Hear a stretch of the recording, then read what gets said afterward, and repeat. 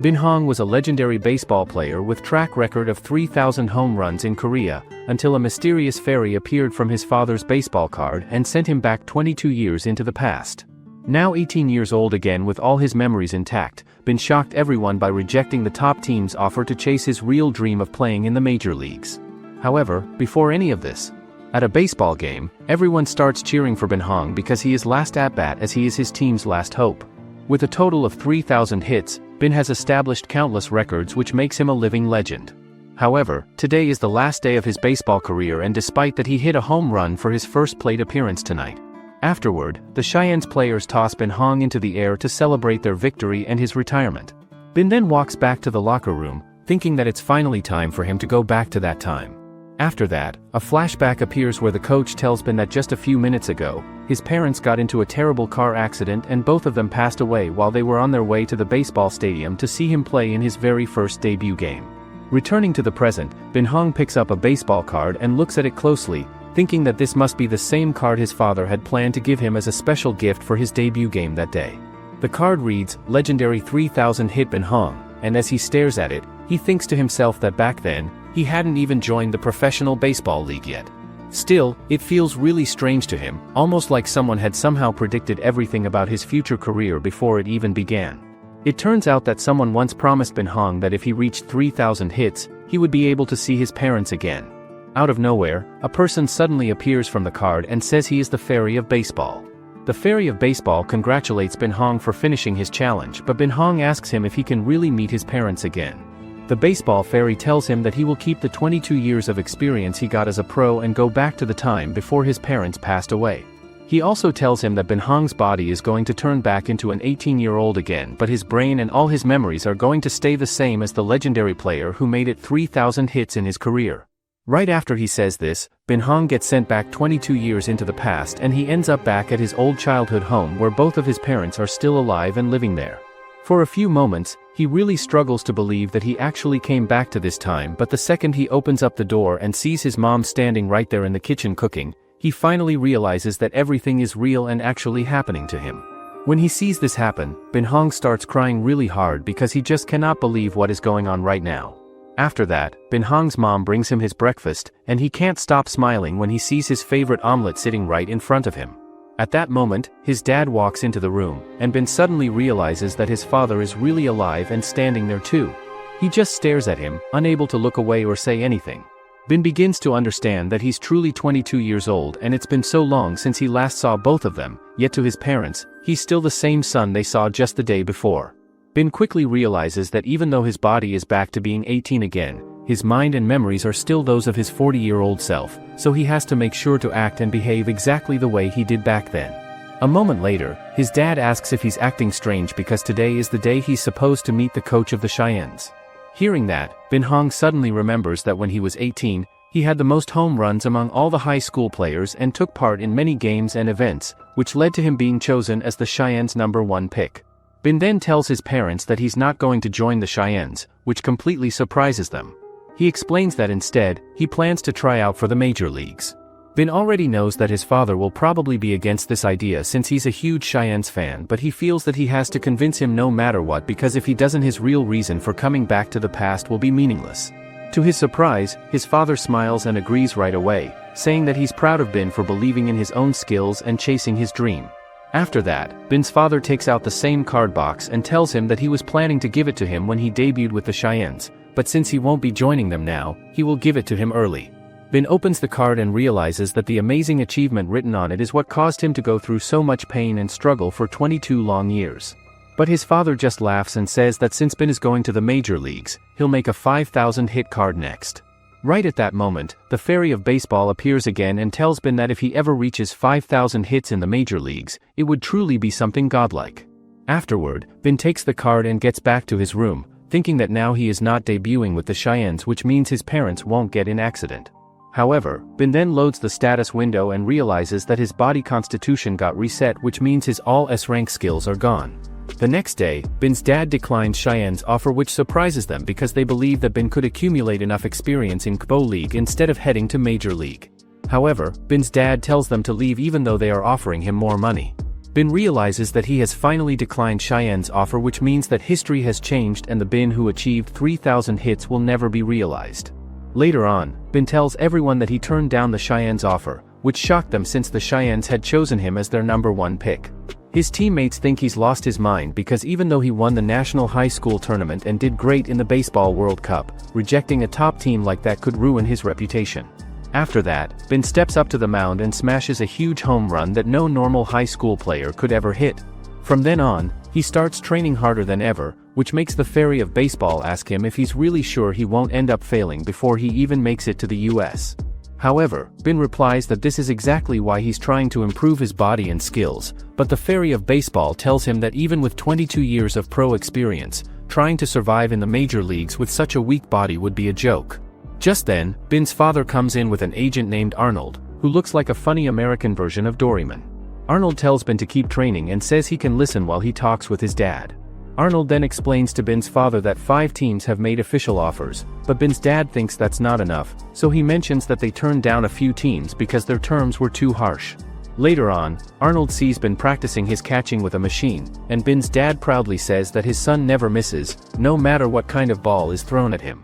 After that, Arnold starts listing the 5 teams, beginning with the San Francisco Titans, but Bin fails to catch the ball and says he's not interested in joining the Titans. Next, Arnold continues, naming the Colorado Rangers, the Oakland Panthers, and the Philadelphia Pioneers. Lastly, it comes down to the Detroit Lions, but Bin misses the ball again, so Arnold says he'll remove both the Titans and the Lions from the list.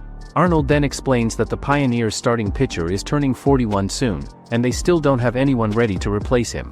However, he also mentions that the Pioneers' fans are wild and often throw things onto the field, not caring about the players' hard work.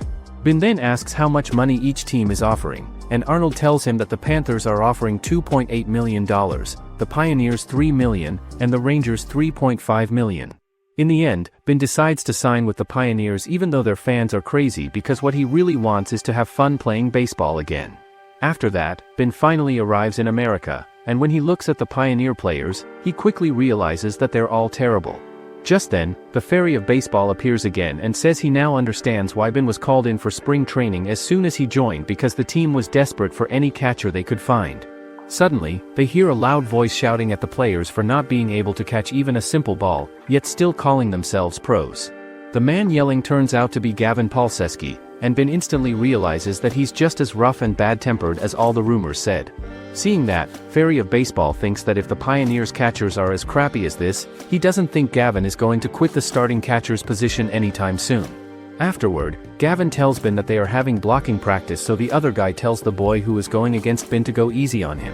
However, Bin tells the boy to throw it as hard as he wants because he never once made a mistake with blocking. Hearing that, the boy throws a fastball, which Bin easily catches without any trouble. The boy tries a few more pitches, but Bin manages to catch every single one, and when he throws the ball back, the others are shocked by how fast it moves. After that, Gavin asks Bin if he can handle batting too, not knowing that Bin was once a legendary player who hit 3,000 in Korea. Bin replies that he's not sure how good he'll be at batting now, but he'll definitely do better than Gavin expects.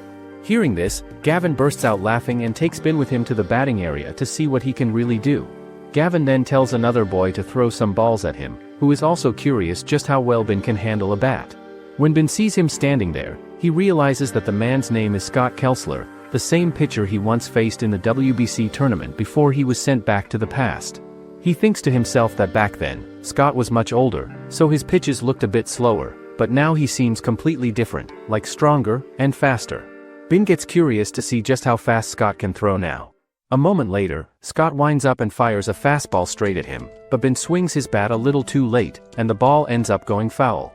Bin realizes that his body isn't moving as fast as his mind is thinking, so he decides to grip the bat a little lower on the handle.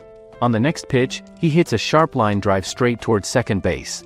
Then Scott throws a tricky slider, but this time Bin connects perfectly, sending the ball for a home run, which makes Gavin get all fired up with excitement. Afterward, Gavin makes Bin train and tells him that since the exhibition match is coming up, it looks like there are a lot less players around.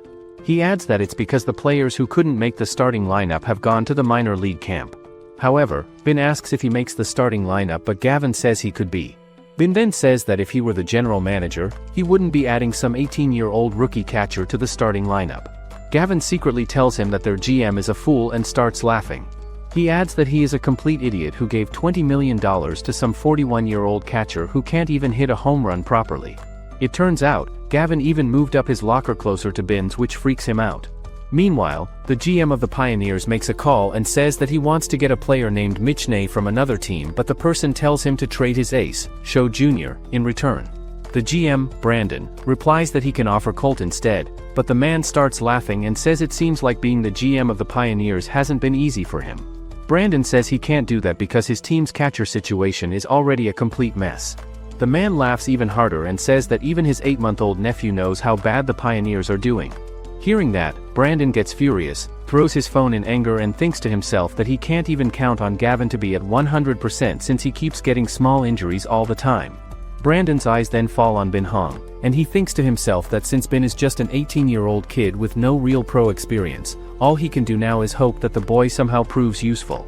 Meanwhile, Ben goes out looking for the coach and asks Scott about it, but Scott tells him to say goodbye because rookies without experience usually get sent to the minor league camp.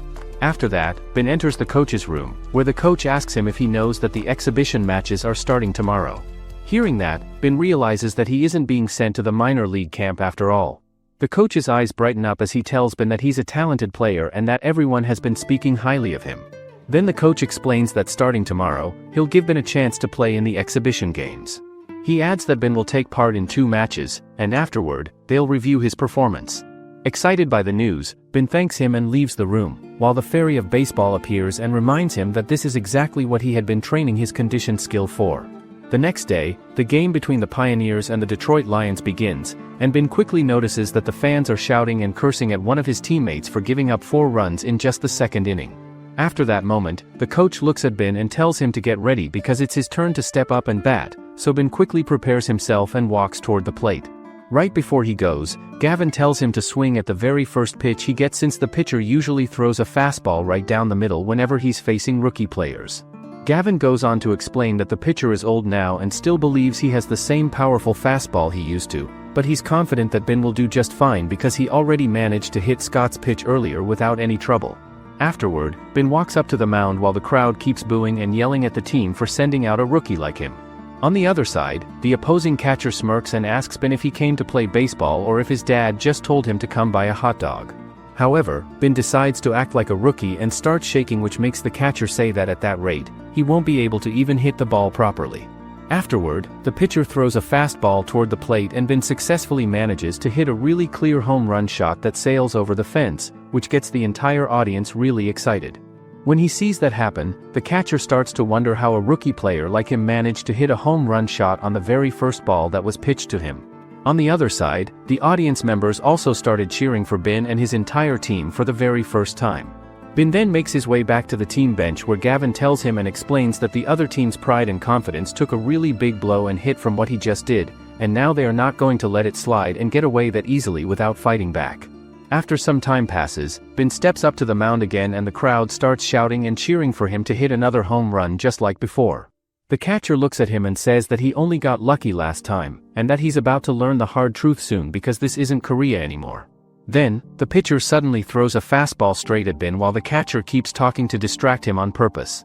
At that moment, the fairy of baseball decides to step in and grants Ben a special skill called body constitution. The ball hits Ben right on the shoulder, but surprisingly, he doesn't feel any pain or get hurt at all, standing there completely fine as everyone around watches in shock. In the end, all Ben manages to get is that 1 home run, and his next at-bat turns into a grounder to third base. He doesn't really get much chance on defense either. However, during his second game, things go even worse. He strikes out twice against a young, award-winning pitcher who's clearly on another level. Ben starts realizing that his skills still have a long way to go, and he figures it's probably because his body hasn't fully developed yet. Just then, Gavin walks up beside him and tells him not to stress too much about it. He says it might not feel great being sent down to the minor league camp in the middle of exhibition games, but it's something that happens to rookie players all the time. He then tells Ben that the coaching staff isn't disappointed in him, but they're probably thinking that his first home run messed up his timing for everything else. Hearing that, Ben starts to feel a little down, but Gavin pats him on the shoulder and tells him to keep climbing back up because the minor leagues aren't a place he should stay for long. Those words make Ben feel much better, and he smiles as he tells Gavin not to retire until he makes it back.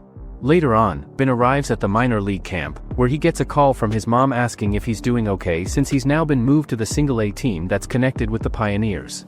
Moreover, Bin's father tells him that his mom wanted to beat up that guy who hit him with a dead ball. Just then, someone calls Bin because it's his turn to play the match. However, Bin realizes that the effects of body constitution include increasing his condition and speed of recovery from fatigue as well.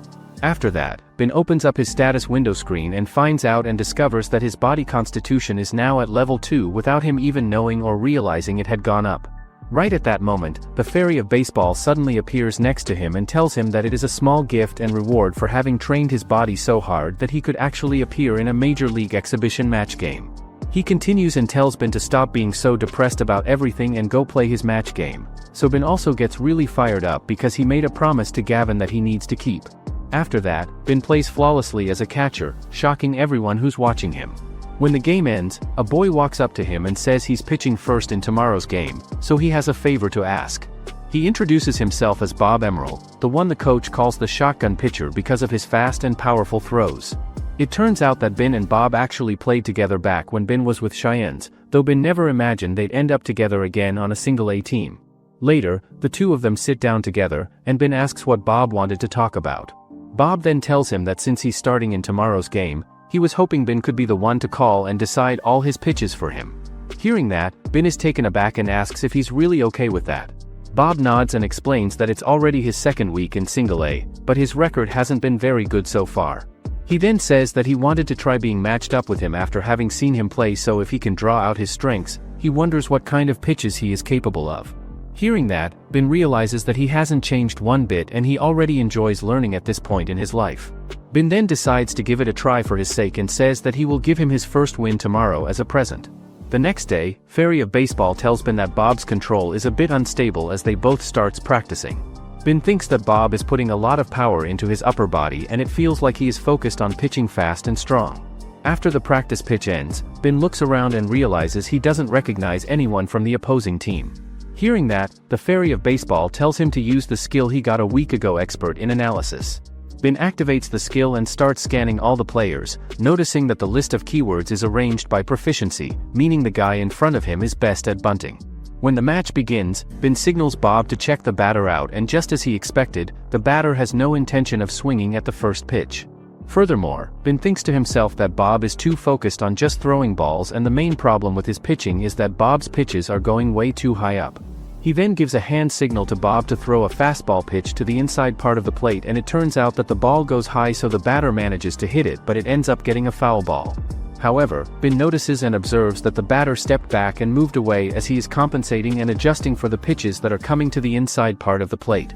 After that happens, Bin gives another signal to throw a slider pitch, and then Bob makes the decision to throw his really fast slider pitch that successfully strikes out the batter completely. After that, Bin starts wondering if all the players in the single A league are really this easy, just exposing their weaknesses on their own. But then, a new batter walks up to the plate, looking really mad because Bin had told Bob earlier to strike out everyone. Bin studies him for a moment and quickly figures out that this guy is the proud and self-absorbed type, so he signals Bob to throw a low outside changeup. However, the pitch goes higher than expected, and the batter slams it hard, sending the ball flying over the fence for a home run. Even so, Bin understands right away that it happened because he let his guard down and got careless. After that, Bob loses all his motivation and keeps looking down at the ground, which makes Bin realize that Bob's real problem is how his mind breaks after giving up the first run. Bin asks him if he knows that even last year, the Cy Young winner in the National League gave up some runs too. He tells him that the best pitcher in the world allowed 61 runs, and 12 of those were home runs, so even the top player gives up a bunch of runs. Bin then says that if Bob is going to look so sad and defeated after just one run, he might as well stay home and play there instead. However, Bob says to him that he is talking about the Majors League, but this game is just the single A league level right now. When he hears that response, Bin gets frustrated and says back to him that he does not know and cannot tell if that guy who just hit the home run shot is going to go up to the Majors League next year or not. After hearing that, Bob regains his composure and excitedly tells Bin that he is completely right about that. However, Bin tells him and explains that if he follows his signs and signals exactly the way he gives them, they will definitely win for sure without any doubt, and then Bob yells out that he is unstoppable, which really embarrasses Bin in front of everyone. After that moment, Bob plays like a complete maniac out there and manages to strike out many batters one after another because of Bin's really good leads and signals that he keeps giving him. Afterward, it's Bin's team's turn for attacking and Bin goes to the mound first, thinking he knows about the pitcher from a scouting report. Afterward, the pitcher throws a ball and it gets a strike and Bin realizes that he threw obvious low breaking balls in succession. He further thinks that since he hit 3 home runs in 10 games in the Single-A League so far, he is sure he is trying to prevent him from making an extra base hit. After that, the pitcher throws a forkball and Bin quickly figures out that the next pitch's pattern is obvious. Just as he expected, the next ball is a fastball and Bin swings hard, sending it flying for a home run. The game keeps going and Bob walks back onto the mound, striking out one hitter after another from the other team, clearly having fun this time. As Bin watches him, he notices that Bob's control is way better than before. Seeing that, Bin smiles to himself, knowing that from now on, the coach won't be calling Bob "Shotgun" as an insult anymore but more like a name he's earned. Meanwhile, Pioneer's head calls the same guy for players trading who requests Pioneer's head to send Bin home. Hearing that, he loses his mind and asks the guy on the phone if he didn't read the scouting report. Afterward, the guy decides to read the scouting report of Bin, which says that his hit score is 75 while his power is still at 70, so he wonders if he was this good when they signed him. He further reads that Bin hits the ball with great balance and changes his hitting style during a game without hesitation. Moreover, he realizes that having him skip the Rookie League was the right choice as it does not look like there is a single player in the Single-A League who can oppose him. Seeing that, the head quickly asks someone on the phone if his Colorado Rangers offered more to Bin than they did. He then says that he just tried to lower the value of Bin who's in Single-A, so then he tells the guy that he won't trade anyone and he just promoted Bin to Double-A. Meanwhile, Bin is sitting on the academy bus with the other players and complains to the fairy of baseball that he's stuck riding around in this old bus and staying in a hotel that looks creepy enough to be a haunted house. But the fairy of baseball tells him that things might start getting better tonight. Just then, someone on the bus speaks up and says that he's getting off here, which surprises everyone. The guy then explains that the car for the Reading Fighting Phils is waiting for him because he's just been promoted. Hearing that, everyone on the bus starts cheering and congratulating him for moving up to the Double-A League. Afterward, Bin gets off the bus and sits inside a car, and the fairy of baseball appears again, telling him that from this point on, the Real battle begins for him. The fairy explains that level 1 of what can truly be called a professional league actually starts with the Double-A League. Then, the fairy tells Bin that the time has come to give him a brand new condition. He reminds Bin that the last condition he gave was to achieve 3,000 hits in Korea, and since Bin managed to accomplish that goal, he was able to return to being 18 years old once again. The fairy of baseball then appears again and offers Bin another card, but this time, the card has changed. The fairy explains that the new condition is for him to reach 3,000 hits in the major leagues. Hearing that, Bin freaks out and says that the majors aren't anything like the Korean League as it's way tougher, and if he wants to achieve something like that, it won't be easy at all. The fairy of baseball tells him that when he gave the first condition, if Bin couldn't reach 3,000 hits, he wouldn't be able to go back in time. He then explains that Bin's parents will die in a car accident, and after that, Bin will return to the moment he received the baseball card as a keepsake from his father. Later, the coach takes Bin to meet with his Double-A team, saying Martin went to the Triple-A League, so they now have a new catcher. Hearing that, fairy of baseball starts laughing, thinking everyone else would think he is just a weirdo who did nothing special. Afterward, coach asks Sean who's their opponent today, so he replies that it's Binghamton Rumble Horse. Hearing that, the coach yells at the team if they hear it correctly because it's the Rumble Horse. Seeing the tense atmosphere, Bin starts wondering if this feels like some kind of military setup because back in Single-A, things were much more relaxed. But the fairy of baseball points out that the players' attitude seemed to change completely the moment the name of the opposing team was mentioned.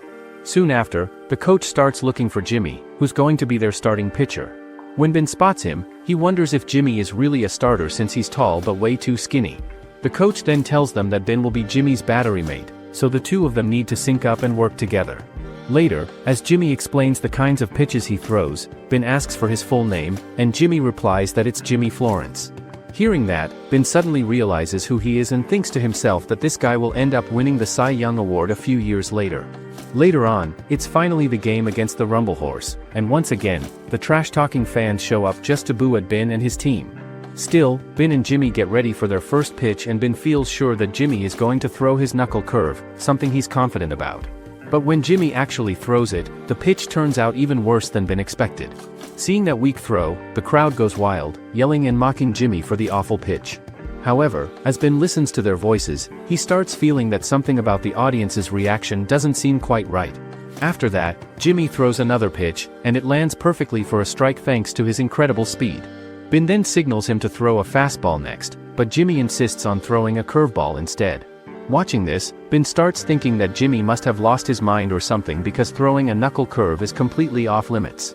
But when Jimmy still refuses to go with the fastball, Bin gets angry and quickly changes the sign to a changeup. Then Jimmy throws a pitch that drops so sharply it almost looks like a forkball, and in that instant, Bin finally understands why everyone calls this guy a monster on the mound. Afterward, Jimmy throws the pitches that gets called out as balls, and Bin thinks that he is just being stubborn when he is able to throw such an incredible fastball and changeups, so why is he so obsessed with such a trash curveball? However, Bin thinks that he knew Jimmy was the type to stubbornly want his way on the mound, but he never thought he would experience it himself. Furthermore, Bin decides that he needs to find a way to make Jimmy stop relying on his curveball, but Jimmy stubbornly refuses to throw anything else. Feeling frustrated, Bin asks the referee for a short timeout to calm himself down, because if things keep going like this, he won't be able to sync properly with Jimmy at all. After taking a breath, Bin calls out to Jimmy using the nickname Doc, since he once saw in an interview that Jimmy liked being called that and enjoyed being referred to as the Pioneer's successor who won the Cy Young Award. Then, Bin tells him that his curveball looks a little off today, but Jimmy confidently says that his curveballs are just as strong and powerful as ever. Bin then gets an idea that pops into his head and tells Jimmy to discover and find that exact same feeling that he has for his curveball pitch in another different type of pitch like his fastball and changeup pitches, which today look really good and strong. Moreover, Bin says to him that when he was playing in a few of the major league matches and games, he did not see anyone pitch better than Jimmy can pitch right now, and he thinks and believes that he is even better than the Pioneers' ace pitcher named Sho. When he hears that compliment, Jimmy gets really excited and pumped up and agrees to throw fastballs and changeups exactly just like Bin wants him to do. However, when Bin throws the ball back to him, it turns out and becomes clear that his changeup pitches are completely screwed up, but despite that problem happening, Bin still manages to get a batter out by throwing the ball quickly at the home plate base. After that, Bin starts wondering if the so-called monster, Jimmy, was really hopeless back during his AA days. Later at lunch, Jimmy smiles and tells Bin that he's never seen such an amazing catcher before, but Bin can't help thinking to himself that it would be nice if Jimmy's pitches were actually better. That night, Bin sits down and watches Jimmy's pitching videos, trying to figure out what exactly is wrong with his form. As he keeps replaying the clips, the fairy of baseball appears and points out the issue, saying that Jimmy keeps swinging his arm around in such a foolish way, and that's exactly why his pitching ends up so bad. Later, Bin tells Jimmy that he has to change his delivery from his current overhand, but Jimmy is freaking out because he used this form all his life.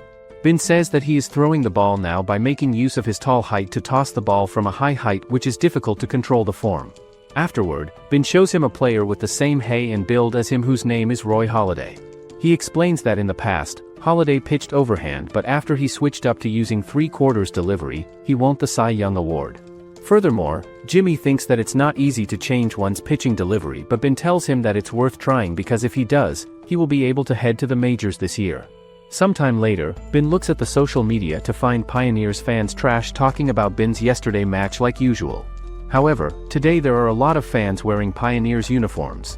The coach then tells Bin that their opponent is Pioneers' top rival, the New York Bulls, so he yells at everyone, saying they should not lose this match no matter what. Afterward, the match begins with Jimmy throwing the pitch at Bin, who thinks that Jimmy's control and power is improving. Bin notices that something seems off about Jimmy, and when he asks, Jimmy admits that he has no idea what he's been doing all this time and calls himself foolish for not realizing it sooner. Bin calmly tells him that he's just now figuring out what pitching form suits him best at this point, and that it's all part of a long journey every player has to go through. He also adds that Jimmy probably wasn't planning to keep pitching that same way forever, and even if they hadn't met, he's sure that Jimmy would have eventually figured it all out on his own a few years later. Afterward, Jimmy thanks Bin for helping him out because if he weren't here, he would have made wild pitches and he would have these thoughts while waiting for the catcher to chase the ball. Later that night, the fairy of baseball asks Bin if he plans on adjusting every pitcher to match his own style, saying it seems like Jimmy completely trusts him now. The fairy also points out that if Jimmy makes it to the major leagues, there's a good chance Bin will end up going there with him too. But Bin explains that this is all part of his bigger plan to reach the majors himself because he wants his name to be remembered alongside the legends of baseball. The next day, it's the final home game in the series against the Trenton Thunderbolt, and the coach announces that Gary Johnnyborn has come to watch the match. Hearing that, the Fairy of Baseball tells Bin that Gary is the young leader of the Pioneers scouting team and the very person responsible for bringing Bin there in the first place.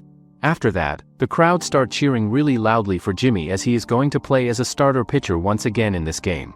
Bin then looks at Jimmy and tells him that they should try to set a Guinness World Record for the number of strikeouts they can get together, and then both of them head out to the mound. Meanwhile, Gary thinks that he might have picked and chosen the wrong day to come and watch, as Jimmy is the one who is pitching today, but the coach tells him and explains that he actually came at exactly the right time and he should take a really good look at the results of the players' training. On the other hand, Bin gives a hand signal to Jimmy to throw a fastball pitch, and then Jimmy winds up and throws a fastball that surprises and shocks everyone watching.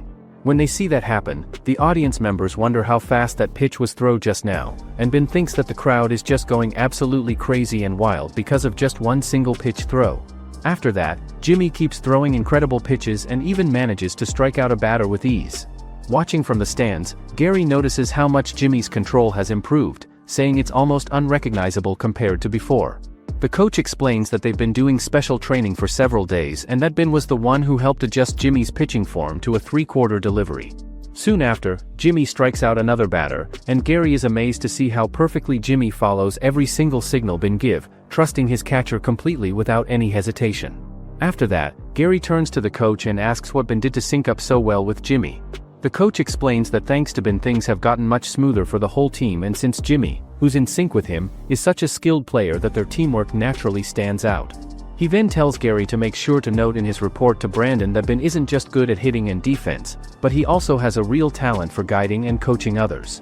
Meanwhile, the crowd is going wild in the stands, cheering loudly as Jimmy pulls off 3 strikeouts in a row.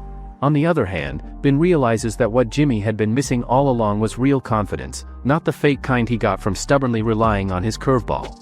After that, it becomes Bin's team's turn to bat, and the opposing team's ace, YJ Life, steps up to the mound to pitch. As soon as the pitcher throws the ball, Bin swings and hits it, but it goes foul. He keeps hitting foul after foul and his hands start trembling slightly. Then, Bin realizes that his mind is still distracted, thinking too much about Jimmy.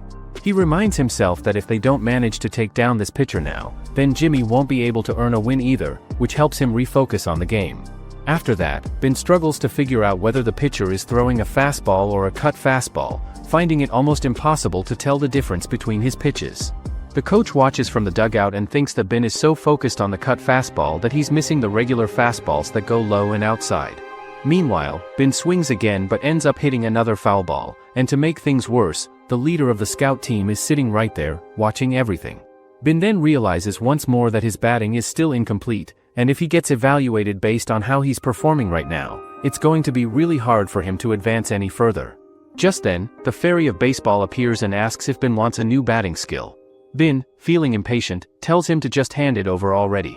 But the Fairy smirks and says that he'll only give him the skill if Bin wins a bet. He explains that if Bin can hit a home run off that pitcher, he'll reward him with a new skill. Hearing that, Bin panics since he's already struggling to hit properly against that same pitcher. Seeing his reaction, the Fairy decides to make the bet easier, changing it to a multi-base hit instead, but warns him that if he loses, he'll take away one of the skills Bin already has. Suddenly, Bin strikes out and he gets worried because the scouting team leader is watching him from. Afterward, Bin returns to his catcher's position while Jimmy continues to strike out the opposing batters one after another. Bin thinks to himself that the hitters must be completely stunned, seeing a pitcher they've known for so long suddenly pitching like a totally different person. However, he soon realizes that the batters are slowly starting to adapt to Jimmy's new pitching style, so it's time for them to switch up their pattern. Bin reflects that up until now, he's been mixing Jimmy's powerful fastball with his changeup to throw the batters off balance and then using the curveball as their most dependable finishing pitch. Now, Bin decides that this is the right time for Jimmy to use his curveball. When Jimmy throws the next pitch, the batter mistakes it for a curveball, but in reality, it's a sharp slide that catches him off guard. After that, Bin signals Jimmy to throw a fastball high and tight, and Jimmy once again chooses to trust Bin completely. He winds up and fires the pitch exactly as called, sending it straight past the batter's shoulder before Bin catches it cleanly in his glove. Watching from the stands, Gary points out that Bin intentionally asked for that exact placement and Jimmy responded perfectly, saying that it's clear proof Jimmy has complete trust in Bin as his catcher. Afterward, the match becomes an insane pitching war as both Jimmy and other team's ace pitcher are having perfect games so far. Bin wonders that if one side gets a hit, the game's probably going to swing in their favor, but then he gets to the mound as a batter. He thinks that he just needs one hit because if he loses the bet, the fairy of baseball will take one of his skills away. Afterward, Bin decides to act as he is going to do a bunt, but then the ball goes straight to the catcher's hands. Bin then thinks that he will try to send the ball to the outfield for now because if it enters the strike zone, he will gently use his wrists to swing. After that, the pitcher throws the ball, and it ends up as a foul. Then he keeps pitching, and every single one of Bin's hits keeps turning into another foul ball. It starts to look like the pitcher is getting irritated from all the fouls, but Bin thinks that's actually a good thing because the frustration might make him slip up and make an error. Bin studies him carefully and figures that the next pitch will definitely be a strike, which means it'll be his best chance to hit. But when the pitcher finally throws, Bin swings and completely misses, getting struck out. However, he quickly realizes that the pitcher actually threw a bounce changeup, and if he had swung any harder, he would have ruined his perfect timing and lost the game completely. Afterward, the match continues and the pitcher of other team manages to hit one of the batters, and turns out the pitcher's perfect game is broken. Seeing that, the fairy of baseball tells Bin that he wore him out with his persistence with that string of fouls, and then the coach sends Bin to the field. The pitcher then throws the ball, but it starts to float high because his strength is starting to fall, but the shocking part is that he is still refusing to a replacement. After that, Bin gets 2 balls in a row, and the fairy of baseball starts to panic, realizing that he's about to lose the bet since it's already the 9th inning as Bin's final chance to land a hit. Meanwhile, the pitcher starts to notice that his control is slipping, even after coming this far, but he still believes that Bin will easily fall for his changeup. Then, to everyone's shock, Bin suddenly switches to holding the bat with only one hand, making the crowd think that he's given up on trying to hit. Seeing this, the pitcher grows angry and, out of frustration, fires a fastball straight toward the plate. In that instant, Bin grabs the bat with both hands again and swings with full force, sending the ball soaring high into the air for a perfect home run. Later in the locker room, everyone rushes over to Jimmy, cheering and telling him he did an amazing job. But Jimmy quickly says that it was all thanks to Bin. Hearing that, the others realize he's right, since Jimmy has always played side by side with Bin, and they all agree that something definitely changes whenever a player is paired up with him. Meanwhile, Bin is analyzing the game footage right after the match, which makes the fairy think that even before his regression, Bin was always like this as his passion for studying game. However, Bin tells the fairy that he didn't come here just to talk or be analyzed, but because it's one of the few places where no one can disturb them. So, he urges the fairy to stop wasting time and move straight to the new skill business. The fairy of baseball says he'll give Bin a random skill packs this time, explaining that it contains 4 different skills. The first one is Bunt Master, the second is Conceal the Batter's Power, the third is Human Protractor, and the last one is Vengeance is Mine. Bin looks puzzled since he has no idea what any of those skills actually mean, but then the pack starts to glow and finally reveals something that instantly catches Bin's interest. The next day, Bin travels on the same old bus alongside others, but surprisingly everyone starts sitting around Bin, trying to start a conversation. Seeing that, the fairy of baseball tells Bin that all these pitchers are now trying their best to impress him because they've realized that Jimmy's big change happened thanks to his help.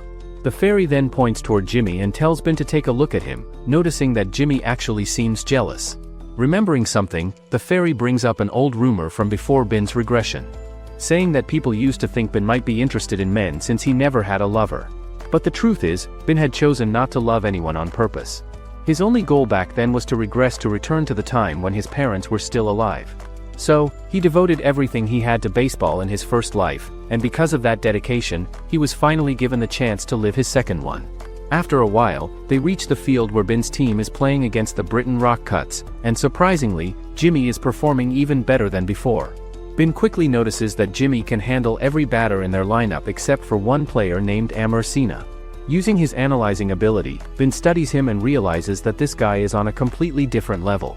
Still, Bin decides not to back down and to keep playing because he truly wants to win. When Jimmy throws a pitch, the batter flinches and almost falls trying to dodge it, so Bin says that the ball wouldn't hit him even if he had stayed still. Afterward, Bin signals for a changeup, and when the pitch is thrown, Amar reacts fast and hits it, but another fielder catches the ball, making him out. Before walking off, Amar warns Bin not to try a head slide when he runs to second base because he's the shortstop and will smash his face if he does. Bin replies back that Amar should not think about diving into the groove either since he has the exact same reason and motivation as him for being here. After Amar turns around and leaves the area, the fairy quietly asks Bin if he is actually a fan of that guy and questions why he is provoking and challenging him so much right now. Bin then thinks to himself inside his own head that he used to be a really big fan of him until Amor completely ruined everything with all his scandals and bad behavior and let all of his fans down and disappointed them badly.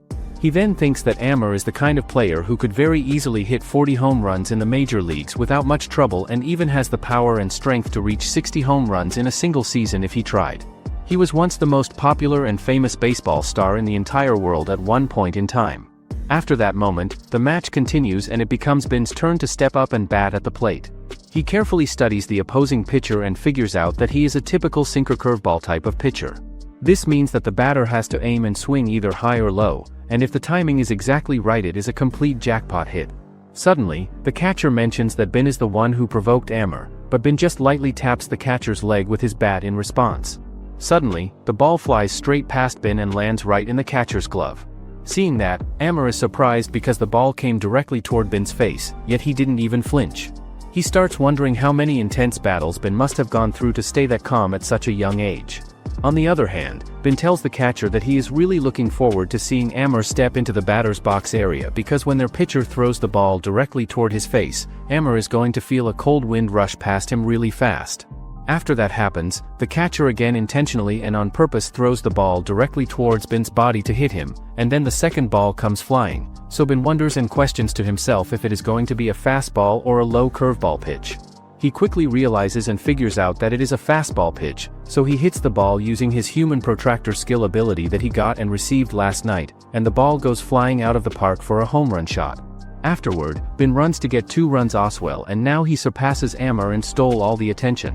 The fairy then asks if he used human protractor here, which is still cheating, but Bin says that it's not, as human protractor is a weapon that can only be used when hitting the ball. He further says that it's not something that can turn a foul tip into a home run, because the home run was just a bonus. Moreover, he says that Amor isn't the only one he needs to greet, as he needs to appeal in advance because opportunities won't come to him if he just waits.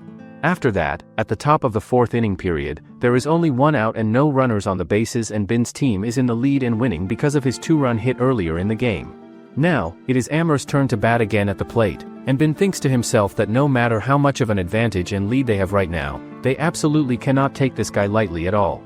Bin thinks that he needs to make Amor believe that if Bin wears a catcher's mask during the game will not go well for him at all. After thinking that, Bin gives a hand signal to Jimmy to throw an outside low changeup pitch first, so that they can see and observe Amor's reaction and response to its first before continuing. Jimmy then throws the ball that moves towards Bin's glove, so he thinks it's perfect, but Amor quickly moves his arm and hits a home run.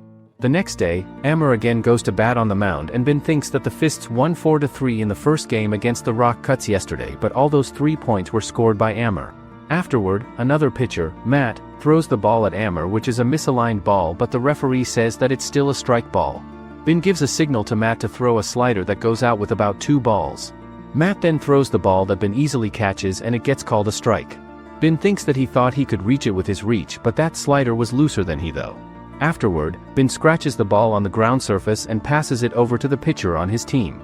It turns out that when there are scratches on the ball's surface, its movement becomes really subtle and different, and Matt is a pitcher who utilizes and uses this technique very well and effectively. Matt then winds up and throws a forkball pitch, and because of the scratch marks on it, the ball starts shaking and moving around and goes past Amor's bat directly to Bin's glove, and he strikes out completely. After that play, Bin quickly passes the ball over to Matt, who hits the home plate base with it, and another batter also gets out and is eliminated from the play. Afterward, Bin's team loses the second game against the Rock Cuts with a score of 3-1, but unlike the first game, they at least managed to beat Amor this time. However, Bin thinks to himself that if Jimmy had been pitching, they probably could have won, though he also knows Jimmy can't pitch every single day. Later, Bin sits with another older pitcher and tells him that when Amor comes up to bat, he should throw a high ball as the game-winning pitch. But before that, Bin suggests they first observe his first at-bat carefully to confirm whether Amor is really aiming for the low zone. Just then, Jimmy rushes into the room, full of excitement, and tells Bin that he got a call-up, and not just any call-up, but to the major leagues. Hearing that, Bin gets really surprised and feels genuinely happy for him, while Jimmy still can't believe that he's skipping AAA and heading straight to the majors. At that moment, the fairy of baseball teasingly asks Bin if he's feeling jealous, but Bin just wonders why it's only Jimmy who got called up when he thought they'd be going together. Meanwhile, Jimmy starts worrying if he'll be able to do well without Bin by his side, so Bin tells him to go and tell the coach that he needs him there too. Afterward, the coach comes over and tells Bin that the shortstop from the Rock Cuts lineup has dropped out of the game today. Hearing that, Bin wonders why Amur suddenly got taken out without any warning. The coach then explains that Amur has been called up to the major leagues, and that's when Bin realizes that the legendary debut game where he'll hit 3 home runs and drive the Lions fans crazy is going to happen today or maybe tomorrow. Later on, Gary watches the match alongside the Pioneers' head and starts wondering why Jimmy isn't playing well, or maybe the home games just don't suit his style. Gary scoffs to himself, thinking about what kind of fool would spend tens of millions of dollars on so-called experts who still fail 7 out of 10 times. Gary explains that in the first 2 games, Gavin was the catcher, but in the next 2, someone else took his place. Hearing that, the head of the Pioneers freaks out because Gavin isn't available anymore. Meanwhile, it seems like Jimmy is finally getting replaced since he looks completely different from how he did in his debut match. After that, Gary tells the head that even if they try to strengthen the team by buying new players, there's just no real talent left out there.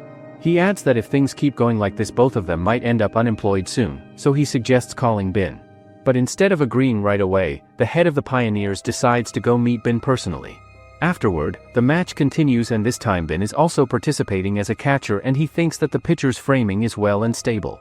On the other hand, the head asks Gary if Bin is giving instructions from the bench, but Gary says that he is handling it himself as he is involved in defensive shifts. The head realizes that Bin changed Jimmy right after getting called up to AA, and that Bin gained the pitcher's trust with flawless defense and precise leads. Afterward, Bin gets to the mound as the batter, and he manages to hit his first ball that hits the pole.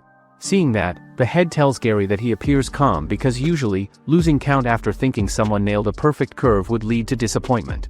After that, Bin gets the ball and starts thinking that he's stealing signs since the pitcher on the mound has a steady and predictable pitching pace, which makes it easy to catch the timing and steal.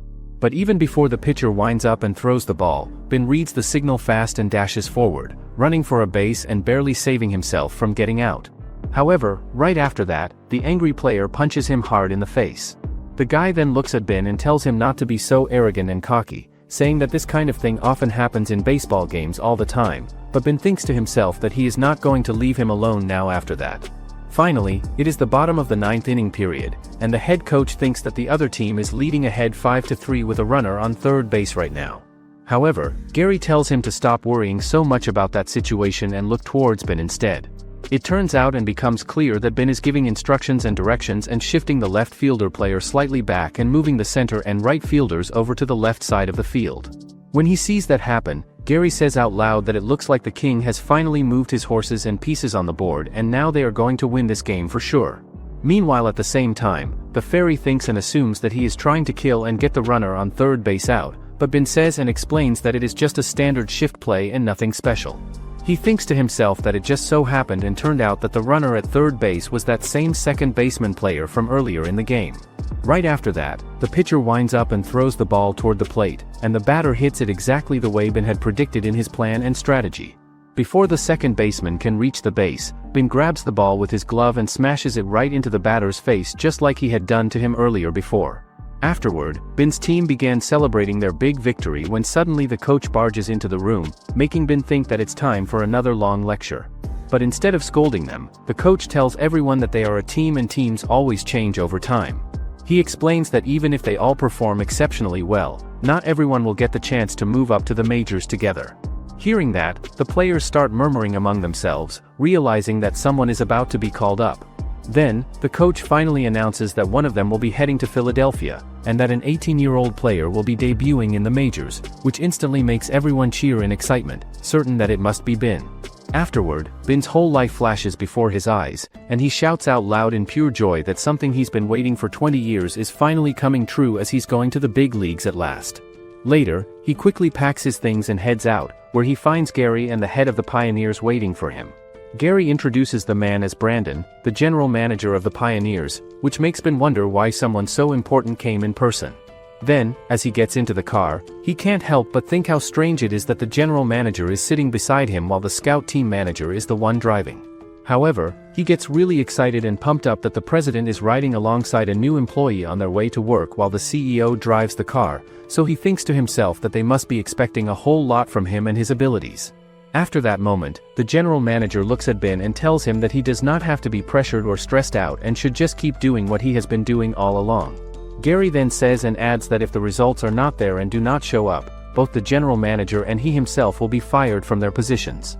After that, they finally arrive at the stadium building where he meets with the Pioneers' old coach, and then he finds and spots Jimmy standing there, so both of them hug each other really tightly. Ben sits beside the coach on the bench, and the coach comments that the Pioneers fans haven't changed one bit. He then tells Ben that, since he's currently just a backup player, there aren't any immediate plans for him to take the field. Hearing that makes Ben a little anxious, but the coach advises him to take this time to learn from his seniors, including Jimmy and even Amar. The coach further explains that those two were called up because the team urgently needed them, but Ben wonders to himself if they might be expecting too much from him already. After that, the match continues to go on until the 9th inning period, and the audience is really excited and pumped up to see Ben's first appearance in the Majors League game. However, to their complete surprise and shock, the batter who steps up is not Ben but Wade instead, and the audience starts to wonder why they are not sending Ben out to play. Meanwhile, Ben thinks to himself that it seems like the Pioneers fans are completely enraged, and the area in front of their dugout has turned into a total garbage dump with trash scattered everywhere. Watching that, Ben feels his anger rising and starts to realize how different things are now. He thinks about how he's never really been in a backup role before except for when he first started playing baseball back in Korea. He's always been a starting player. Now, sitting on the bench like this, he finally understands what it truly feels like to be a backup player. Meanwhile, Brandon is yelling really loudly at an old geezer coach and asking why he is not sending Ben out to play in the games, as he is really good at batting and hitting. However, the geezer responds and says that there are several veteran players who can play in the position instead of Ben, but Brandon yells back that they all are completely useless and not good enough. The old man then reveals and explains that this is his last year on his contract agreement, and he does not want to end it with the label of a coach who is ruining the promising 18-year-old catcher's career because he does not know how to utilize and use young players properly. When Brandon hears that explanation, he immediately gets furious and slams his hand on the desk before grabbing his phone. Without hesitation, he orders someone on the other end to send Santos and Martin down to the minor leagues right away. Hearing that, the old geezer suddenly realizes what Brandon's decision actually means. Once those two are sent down, Ben will be the only catcher left available on the team. The old man then agrees and decides to send out Ben as a starter player, but he is going to take him out after 6 innings are finished, and then Brandon reveals and shows that it was not actually a real call but just a fake recording instead. After that happens, the geezer coach calls both Ben and Jimmy over to him, saying that they both have been playing together since the minors league, so he thought it would be really nice for them to go play together in the next game against the Vipers team. When they hear that news, both of them get really excited and happy, and later on they watch videos together to analyze and study the Vipers players and their techniques. Right at that moment, the fairy suddenly shows up and appears and congratulates Ben, saying that now he wants to give him a brand new skill ability right now since he is going to be a starter player tomorrow in the game. After that, Ben excitedly tells his parents all about his upcoming Major League debut game, and they even start planning to come to America right away to cheer him on in person. However, Ben quickly tells them that they absolutely can't travel all that way just for his game. In his mind, he thinks there's no way he can let his parents stand in the middle of those rowdy Pioneer fans, knowing they could probably start a riot within seconds the moment his parents begin cheering for him. Ben's mom then mentions and says that she heard that the Pioneers crowd is like complete hell, but Ben tells her and reassures her that everything is completely alright because he is a strong boy now and can handle it. The next day, it is finally the Vipers vs Pioneers match game, and the crowd starts cheering really loudly for Ben, saying that he is their hero and savior. Afterward, Ben checks Jimmy's condition and realizes that it isn't bad at all, though he feels a bit concerned seeing that his confidence level is only at 62%. Ben thinks to himself that the first inning is always the most crucial part of the game, and knowing Jimmy's personality, he's sure that if Jimmy can just stay composed and hold strong for this one inning, his confidence will shoot up fast. With that in mind, Ben shifts his focus toward the batter at the plate and quickly figures out that this opponent is no pushover at all, judging by his solid stance and the focused look in his eyes. However, Jimmy then winds up and throws the first pitch, which ends up being hit for a foul. Watching closely, Ben notices that the bat clearly followed the ball slightly. Jimmy then throws 2 more pitches, both high, but this time Ben realizes there's no bat movement at all, meaning the batter isn't reacting to those high throws. Afterward, Ben gives a hand signal to Jimmy to throw a curveball pitch, and then Jimmy winds up and throws his special curveball that makes the batter get a strikeout completely. After that play, the second batter hits a single shot between the first and second base area, and then Ben gives a signal to Jimmy not to worry about anything that just happened. Right at that moment, the batter starts running towards the plate base, but Bin quickly passes the ball over to Jimmy, who then manages to get the player out successfully. After that, everyone in the crowd starts cheering for Bin, and he thinks to himself that there is nothing more reassuring and comforting than having baseball fanatics and fans like this on his side supporting him. After that, Bin notices that Jimmy's confidence level has gone up from 62% to 75%, and he can tell that Jimmy is finally getting back to his usual self again. Meanwhile, the Pioneers' dugout is unusually quiet and calm, and Bin thinks to himself that once the game ends, everyone there will probably see him in a much better light than before. He then reflects for a moment, realizing that if there's one important thing he learned from hitting 3,000 in Korea, it's that rushing things never really lead to good results in the end. Suddenly and out of nowhere, Bin asks the fairy if he does not get 3,000 hits in the Majors League. He said that he will go back to the time before they meet, so Bin asks the fairy what will happen to him if that occurs. When he hears that question, the fairy quickly says and responds that it is none of his business at all, and a mere human should not ask such a question to a fairy. But Bin asks again if he achieves 3,000 hits in the Majors League, what will he get as a reward? Hearing that, the fairy gets really mad and snaps at Bin, telling him not to stick his nose into fairy business. After that, the game keeps going with the score still tied at 0-0 in the bottom of the fourth inning, and there are already 2 outs with runners on second and third base. Finally, it's Bin's turn to step up to the plate. As he walks up, he thinks to himself that the pitcher must see him as an easy rookie to strike out, but when 2 balls come flying toward him in a row, Bin doesn't swing at either of them or just keeps his focus steady. The catcher asks him if he is too nervous to swing the bat, but Bin thinks to himself that the catcher is trying to start a game with him because things are not going his way right now. After that, Bin starts to act like he is shaking and nervous on purpose because he wants the catcher to become upset and distracted. Then, Bin calculates and figures out that this ball is going to be a strike, so he swings and hits it, and while the ball hits the wall perfectly and hard, Bin runs as fast as he can to score as many points as much as he possibly can. Bin manages to pass the third base successfully, and in the end, he does a headfirst slide to make himself safe at the base. When they see that happen, the crowd turns absolutely insane and wild as they start cheering really loudly for Bin and celebrating. Not only that, but the Pioneer team players are also completely fired up and motivated, and Bin realizes and understands that once the spark lights up and starts burning, it does not die out easily at all. Afterward, the Pioneers defeat the Vipers with a 9-0 score, with Jimmy earning his first shutout and Bin marking his debut in style with an inside-the-park grand slam home run. Bin checks social media and sees countless articles praising him, with some even joking that he should sign a 10-year slave contract with the team. He notices that he's also received messages from his minor league coach, teammates, parents, and even Gavin. The fairy asks how Gavin is doing, and Bin replies that Gavin said he'll join them after the Pittsburgh away series. After that moment, Bin can become the starter player for all 3 games in the series, but Bin also thinks to himself that watching Gavin play from the side and bench can be really helpful as well for learning. After that thought, a guy named Shaw Jr. asks Bin if he is reading the scouting report document, so he decides to hop in and sit down without Bin's permission at all.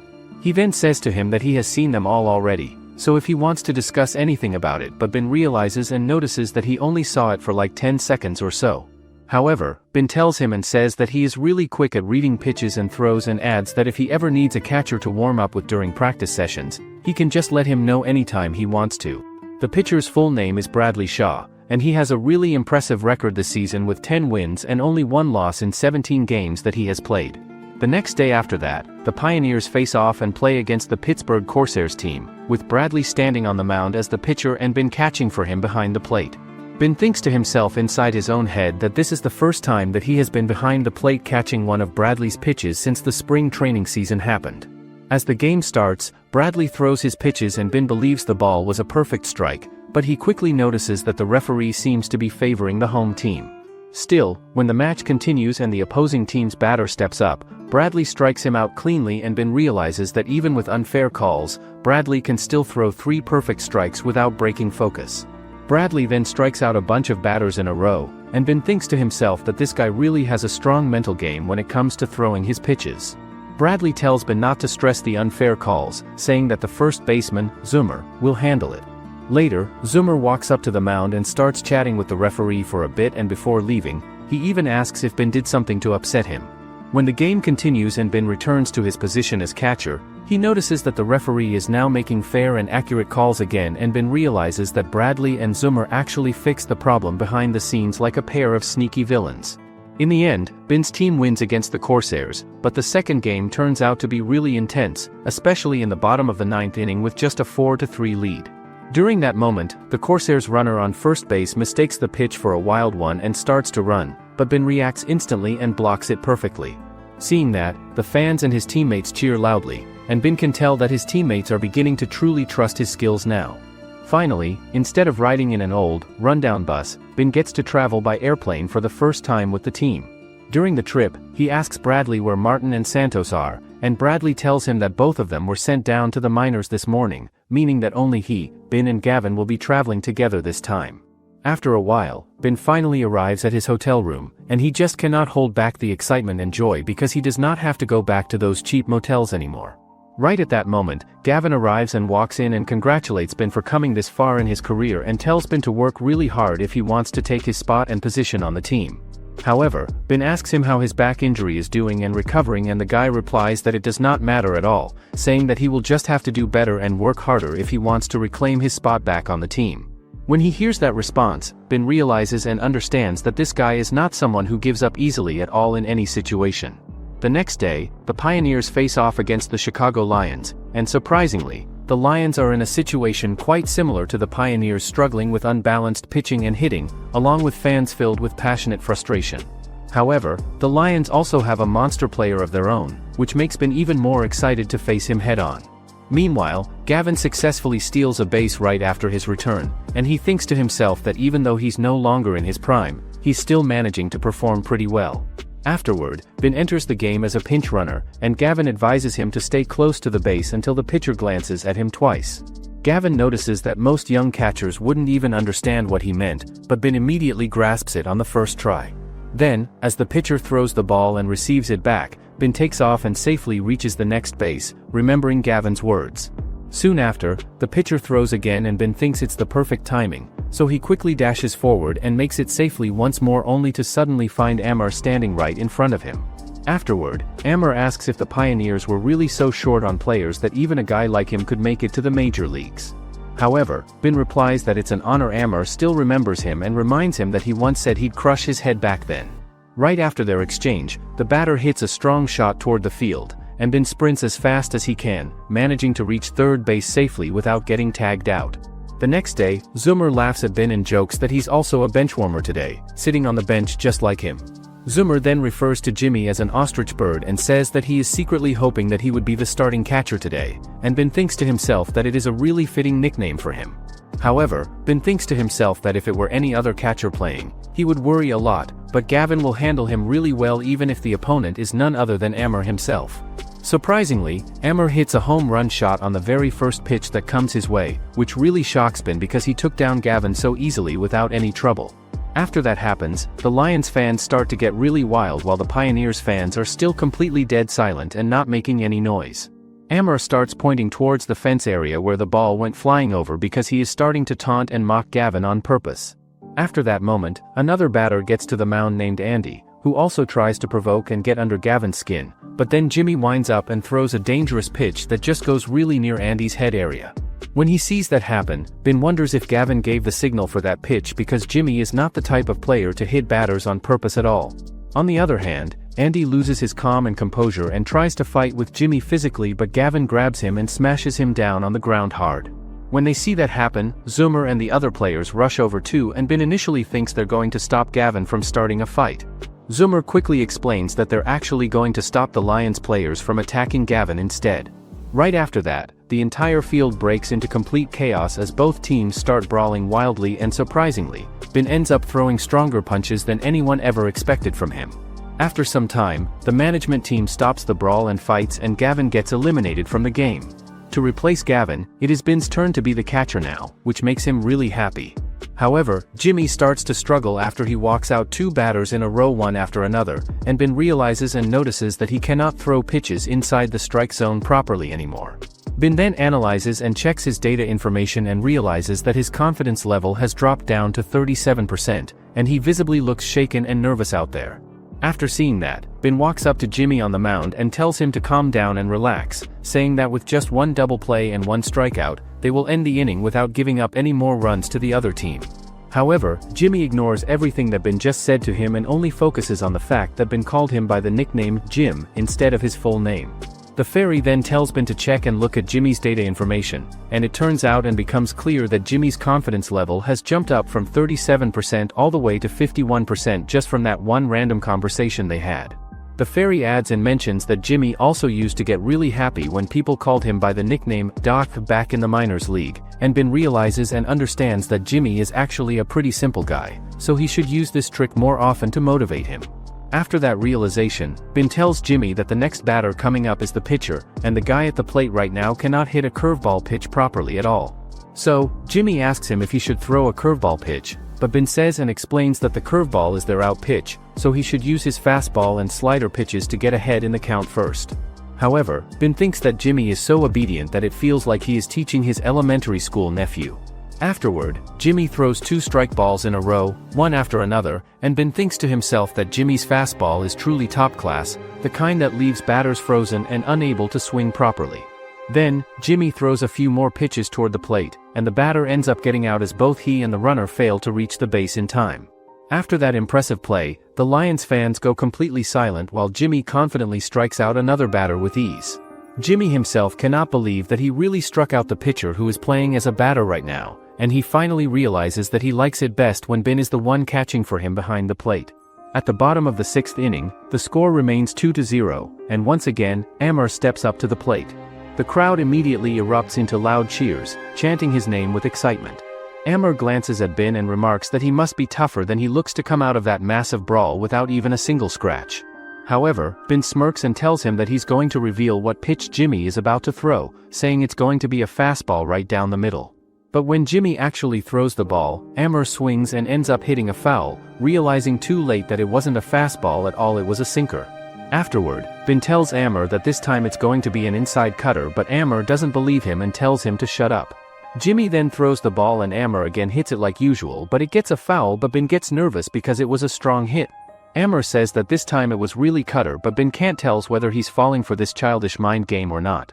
Moreover, Bin tells Amar that next ball is going an outside low sinker, but Amar wonders that he is not going to believe a catcher who gets the signs wrong.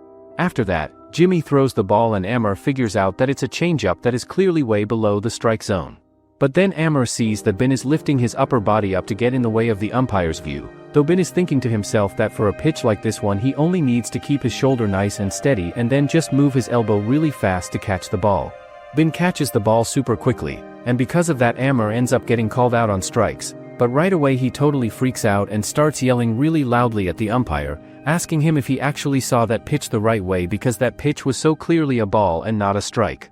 Amar quickly figures out that the umpire's line of sight got completely blocked by Bin's upper body at the exact moment when he raised his shoulders up, which made it seem like the pitch was way lower than it actually was. Right after that moment, Bin tells Amar that he better get out of there unless he really wants to get into another physical fight right then and there. Then the fairy starts calling Bin a cheater and says that he totally just got away with framing that pitch in a perfect way. The next day, everyone is talking about how yesterday's game dragged all the way into extra innings, and how they somehow managed to scrape out a win in the end. They keep talking about how it all came down to one single clutch hit from Zoomer, who had been brought in as a pinch hitter at just the right moment to save the game. Afterward, the players start talking about how they just got a new pitcher from AAA yesterday who looks really gloomy and quiet. Meanwhile, Bin goes over to meet the new guy, whose name is Rosal, and asks if he wants to be his practice partner. Rosal was once known as an unlucky genius, and after performing at a Cy Young level for 2 whole years, he suddenly disappeared from the spotlight. Later on, the two begin practicing together, and Bin feels excited to finally experience what it's like to catch pitches from someone called an unlucky genius. However, as Rosal keeps throwing, Bin starts to think that none of his pitches are landing properly and wonders how someone like him even got called up from AAA in the first place. Later that day, as everyone is getting ready for their upcoming match, the wall clock in the locker room suddenly falls to the ground, startling everyone. The players immediately take it as a bad omen, whispering that it's a sign of bad luck. Bin thinks that there are just some days when everything starts off wrong and keeps going downhill, and today feels exactly like one of those days where the entire game seems destined to collapse. By the bottom of the second inning, they're already trailed by 9 runs, and the crowd is mercilessly booing Bin, who's playing in place of Gavin for today's game. The fairy tells him that baseball is a strange sport as it's one where even the strongest team can get crushed by the weakest one on any given day. Soon after, the Pioneers' starting pitcher, File, is forced to leave the game because of severe fingernail pain, and the fairy says that the next pitcher is most likely going to be either Scott or Dan. However, the coach decides to send Rosal, which freaks out Bin. Seeing him, the audience gets furious as how could the couch bring someone new to the field, and even Bin thinks that it's not gonna save the game as it seems like they are just saving the good pitchers. Bin thinks that Rosal is a long relief pitcher, and for a newly called up player this pressure-free situation might not be so bad. Furthermore, Bin thinks to himself that Rosal might actually be the type of pitcher who performs better in real games than in practice, but the real problem right now is Amr, who's currently at bat. Bin quickly analyzes that Amr is aiming toward the right side today, probably because of how aggressively he was attacked on the left side yesterday. So, Bin signals Rosal to throw an outside slider. Rosal throws the pitch exactly as called, and Bin notices that Amr is definitely being cautious and conscious of the inside zone now. Bin then signals for another outside slider and realizes that Rosal's slider has an incredible lateral break, making it very effective. However, when Bin calls for yet another slider, Rosal gives a signal that he wants to throw a splitter instead. When he finally throws it, Bin immediately realizes it won't work. The drop point came way too early. After that, Bin thinks to himself that since they already showed the splitter, the best way to finish would be with a high inside fastball. However, Rosal disagrees and insists on ending it with another splitter instead. When Rosal throws the next few pitches, both of them are called balls, and Bin realizes that missing one more like that would basically mean giving up a run. Worried, he calls for a timeout and walks over to the mound to talk with Rosal, telling him that he can finish the inning with a splitter if he really wants, but Rosal just nods with an annoyed look on his face. That finally makes Bin lose his patience, and he angrily tells Rosal to focus on his control and use his slider more instead. However, Bin feels frustrated, thinking that he's completely ruining his debut game, but he reminds himself that no one gets sent down to the minors just for messing up a single match. Then, to his surprise, Rosal suddenly apologizes for his poor performance and says that he can't allow himself to destroy Bin's first major league game. Hearing that makes Bin genuinely happy, and he immediately tells Rosal that he'll give him his full support no matter what. Bin then thinks to himself that Rosal is actually taking the first few steps toward him, and for someone like Rosal, that small effort already shows a lot of courage. After that moment, Bin activates his soul battery skill and sets Rosal as his target, but the system suddenly warns him that once the target is designated, it can't be changed for 720 hours. Bin thinks that it might end up being meaningless if Rosal gets sent back to the minors soon, but he doesn't really mind not being able to switch targets for that long either. Then Bin gets really excited about the fact that Rosal is going to become his second slave since the first slave he has is still Jimmy. Right after that moment, the game keeps going and Amr ends up hitting a bunch of foul balls, which makes Bin realize that his batting balance is completely out of order and messed up. Bin thinks to himself that Rosal can definitely take down this Amr without too much trouble, so he gives a signal to Rosal that tells him to throw a low change-up pitch that goes toward the body. When Rosal sees that signal, he obediently agrees to throw exactly what Bin is asking for, and all of this is thanks to his soul battery skill that he has. Then, the ball heads straight toward Amr, who manages to make contact and hit it, but Zoomer is already in position and catches it cleanly for the out. After that play, another batter steps up to the plate, and Rosal throws an incredible fastball that completely overwhelms him, striking him out with ease. The fairy of baseball then tells Bin that Rosal must really trust him, since he keeps glancing at him after every pitch as if seeking his approval. The game continues, and soon it's Bin's turn to step up to the plate as the batter.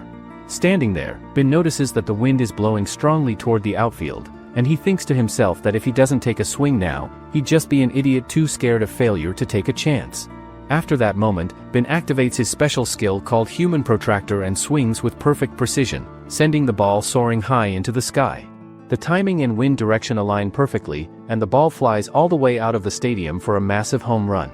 Even though they're still trailing by 9 points, that one incredible shot instantly narrows the gap to 5, reigniting the team's spirit and the crowd's energy. The fans begin cheering wildly for Bin, shouting his name with excitement.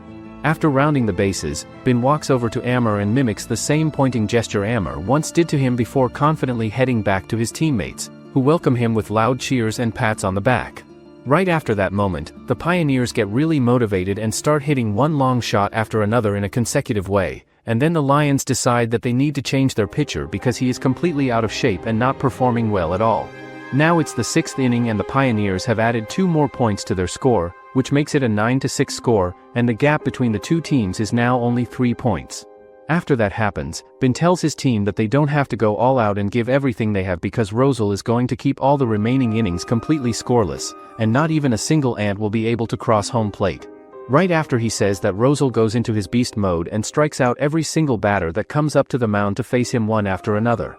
When they see that happening, the commentators start going absolutely crazy as well because Rosal is just a relief pitcher who only got called up to the team recently, and nobody really thought that a rookie player would be able to deliver such an amazing strikeout show in a situation where they're down by 9 runs.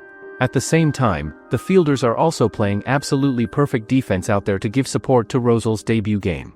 Rosal thinks to himself that everything is going exactly just as Ben told him it would go, and he has this strong feeling inside that everything will work out perfectly fine if he just does exactly what Ben tells him to do. Then when it becomes Ben's turn for batting, he goes up there and hits another massive home run shot that flies way out of the park. Finally, the game ends with Pioneers win and Ben quickly removes his mask and runs over to Rosal and lifts him high. Seeing that, Fairy says that this isn't like his usual self, so Ben says that they need to stage these kinds of moments to make it to the front page of the internet. Afterward, Ben becomes the hero of dramatic comeback with 2 home runs in 1 game, and just like that, Rosal gets a perfect debut as well. From this day onwards, Pioneers fans get a new name for their fanbase called Red Bead Day. On the other hand, Ben and others are on their flight and Gavin asks him how the majors are treating him, so Ben replies that it's great and if he didn't like it here, he would quit baseball right away. Right after that, Gavin tells Ben that there are 2 different types of people in this whole world, and those types are cowards and fighters, and he explains that their next opponent, which is the Colorado Rangers, has a whole lot of fighters on their team. Then he straight away tells Ben that he needs to crush them all completely, and he explains to him that he can always crush a coward whenever he wants to do it. But if he doesn't crush a fighter right from the very start, they will just keep looking down on him the whole time. Finally, the day of the big match between the Pioneers versus the Colorado Rangers comes around, and Ben is going up for batting at the plate. He thinks to himself that this is the day where he really has to use that special skill he has got in his arsenal. However, Ben realizes that this is Dewar's Field, which is located 1,600 meters above sea level, so the air density is really low there and the ball flies really far even when you just touch it lightly. Then Ben checks his pitcher's data and information and realizes that he has a keyword that says timid, so he starts wondering if he should try out Gavin's advice that he gave him. All of a sudden, Ben notices that a bug flies right into the pitcher's nose area and he realizes that this is the absolutely perfect opportunity for him to use to his advantage. He quickly goes over and informs the umpire that the pitcher just touched his mouth with his hand, and then the umpire quickly gives the pitcher a warning right away on the spot, and the count changes without even a single pitch being thrown at all during that at-bat. Right after that, the pitcher throws several pitches which all count as balls, but then Ben notices some kind of flash coming from somewhere, and then he quickly goes and informs the umpire about it again, which ends up making the pitcher feel really distracted and unfocused. After that moment, the umpire informs the entire stadium about what just happened, and the entire stadium has suddenly become really chaotic and loud with confusion. Then the match continues to go on and it seems like the pitcher can't pitch perfectly like he was doing before this all happened. After that, Ben thinks to himself that it's common knowledge that left-handed pitchers have an edge when it comes to pickoffs at first base, but he still makes his move and manages to reach the base safely. Then he realizes that Gavin was absolutely right, the Rangers are full of real fighters and now he might actually get a chance to use his hidden utility skill. Right after that, another Pioneers batter steps up to the plate and smashes a strong hit while the pitcher, still rattled and nervous from Ben's earlier play, completely loses focus. On top of that, because of Dewar Field's high altitude and low air density, the ball ends up flying much farther than usual, landing perfectly between the center fielder and right fielder in the outfield. Then Ben quickly starts running to try to get to another base as fast as he can, but then he realizes that the pitcher is really fast when he throws the ball to the base, and then he finally realizes that even in a place that has low air resistance like this one, the throws are also going to be much faster too. Then he thinks to himself that the ball is going to reach the catcher first before he gets there, and then he sees that the ball hasn't actually arrived there yet, but the fielder who is standing at the base is already positioning his knee in the exact spot where Ben should be sliding into. Right at that moment, Fairy yells out to Ben that the fighter is planning to smash his face really hard, so he asks Ben what he is going to do in a dangerous situation like this one. But then Ben tells Fairy that he is going to do exactly what Gavin said to him earlier, because if he doesn't crush a fighter right from the very start, they will just keep looking down on him for the rest of the time. Then he decides that he is going to charge straight at that guy's knee with full force, and then Bin activates his body constitution skill at level 5 and uses his elbow to strike really hard at the fielder's knee. Afterward, the guy screams in pain while Bin manages to safely touch the home plate. After that, everyone in the stadium is completely speechless, unable to believe that the giant Wendell has been knocked flat on the ground while Bin stands there perfectly fine and unharmed. The crowd starts murmuring in confusion, wondering what just happened, as Wendell looks like he's actually hurt while Bin doesn't even have a scratch on him. Soon after, other players rush over to check on Wendell and one of them suspiciously asks Bin if he had something on his elbow. But Bin replies that it was just his bare elbow and reminds them that they were the ones who broke the rules and tried to threaten him first. After that incident, the Rangers players begin picking fights with Bin every time they step up to bat, clearly trying to provoke him on purpose. One of the batters even tells Bin to move back or else his bat might accidentally hit him in the head because of his long reach. However, Bin just stares at him, wondering what on earth he's talking about since it's obviously their own catcher's fault for blocking his way. Then, Bin asks the batter if he wants to make a bet on whose head will crack first, even tossing in a wager of $100 to make things interesting. Just then, the ball comes flying straight towards the batter's head area, but Bin manages to catch it with his glove. But then the pitcher gets an ejection from the game for throwing such a dangerous pitch at the batter, and everyone starts wondering if that pitch was actually sent because of Bin's orders to him. Then Bin apologizes to the batter who almost got hit, saying that it was a mismatch between what he wanted and what happened, because what he actually ordered was a ball flying right in front of his eyes and not at his head. Then the fairy tells Bin that the low air pressure in this place is really affecting the precise control of all the pitches being thrown, and Bin thinks to himself that there is a really good chance that the same exact thing could end up happening to him when he is up at bat later in the game. Now it's the top of the 4th inning and Bin comes up to bat at the plate, and when he gets to the mound area, the catcher tells Bin that he just got a call from the hospital, and they say that Wendell's knee is completely shattered into pieces. Then the catcher says that he won't leave Bin alone either, and they should see if his head is tougher and harder than a baseball bat is. After hearing that threat, Bin realizes that the real problem here is the control of that cowardly pitcher on the mound, and he thinks to himself that very few pitchers actually throw a beanball with the real intention of killing the batter who is standing there. But because of the high altitude of this stadium and its location, their control is going to be off and not accurate, and the ball would end up traveling much further than they actually expected it to go. Right after that moment, the pitcher throws the ball exactly towards Bin's head area, but Bin uses his special ability at that moment, and the ball goes straight past Bin's nose, nearly missing it by just a tiny bit. After that moment, everyone in the stadium starts wondering if the pitcher was actually trying to get revenge on Bin for what happened to their teammate earlier. Then, the big screen shows a replay of the pitch, and even the pitcher himself looks completely stunned after seeing that Bin didn't flinch or move even a single inch, keeping his eyes locked on the ball as it whizzed right past his face. Meanwhile, Bin thinks to himself that he wasn't too worried since he had activated his 1-second invulnerability skill, though he admits that if he had been even an inch closer to the plate, that ball would have smashed straight into his head. He then glances toward the pitcher, noticing that the guy is practically trembling from the realization that he almost killed someone just now. Finally, Bin turns to the catcher and says that he thought he just wanted to check whether his skull was thick enough. Right after that, the match continues to go on and Bin hits the slider pitch into the air just like he usually does, and it finally ends up being a home run that goes out of the park. After that happens, the commentator says that Bin is completely unshaken by the shockingly close beanball that almost hit him earlier, and he manages to hit a really cool home run shot, and he is even considered a really strong candidate for the Rookie of the Year award this season. Right after that moment, the match continues to go on and the other team's batter gets struck out at the plate, so the fairy of baseball whispers quietly to Bin that none of the Rangers' batters actually want to come close to home plate anymore because they're all really scared now. Finally, the Pioneers gain an overwhelming victory over the Rangers with a final score of 9-3 at the end of the game. Then, during an interview, the reporter asks Bin what exactly was going through his mind at that intense moment in the game. Bin explains that the opposing catcher had actually threatened to throw the ball straight at his head, which leaves the interviewer completely stunned by his blunt and fearless response. The following day, the marketing team immediately takes advantage of the buzz and decides to start selling Bin's jersey, and to everyone's surprise, even fans from the opposing team begin spending their money just to get their hands on Bin's jersey. Later on, Bin sits down with Barry, who seems to be the starting pitcher for their upcoming match against the other team. Bin tells him that he needs to have some confidence in himself when he throws his pitches, because people say that the Doers Field is the place where pitchers go to die and end their careers. Right after that, Bin tells him to aim for space around the strike zone instead of trying to get strikeouts all the time, and Bin thinks to himself that there is nothing to fear at all if he is confident in himself, because he can definitely do it. But then Bin starts wondering that there are really high chances that Barry might end up going back to the minor league after this game. Then the match begins and Barry lets a home run get past him and the Lions gain the first point at the end of the first inning of the game.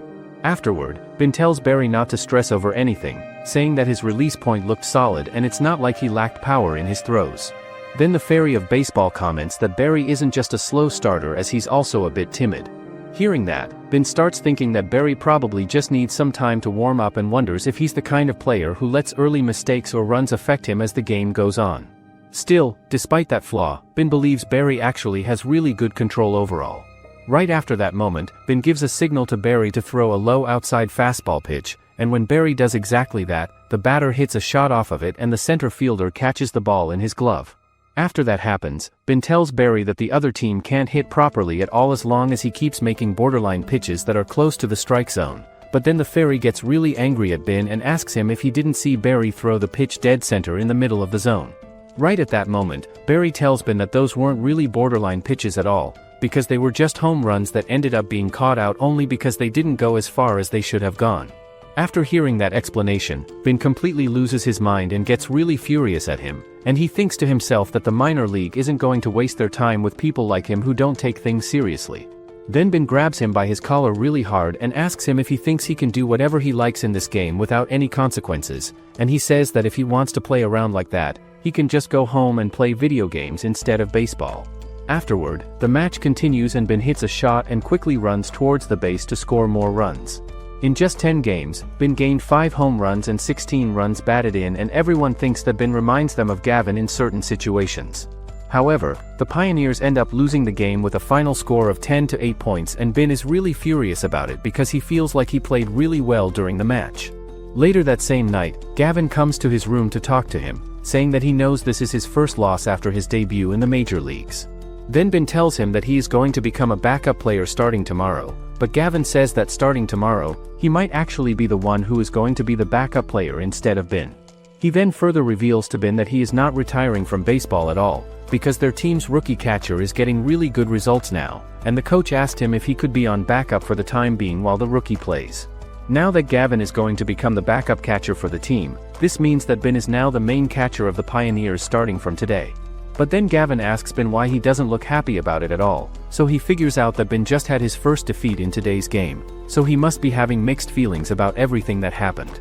Then he tells Bin that he did the absolute best that he could do out there on the field, and he proved to everyone that he is a player who can really help the team grow and get better.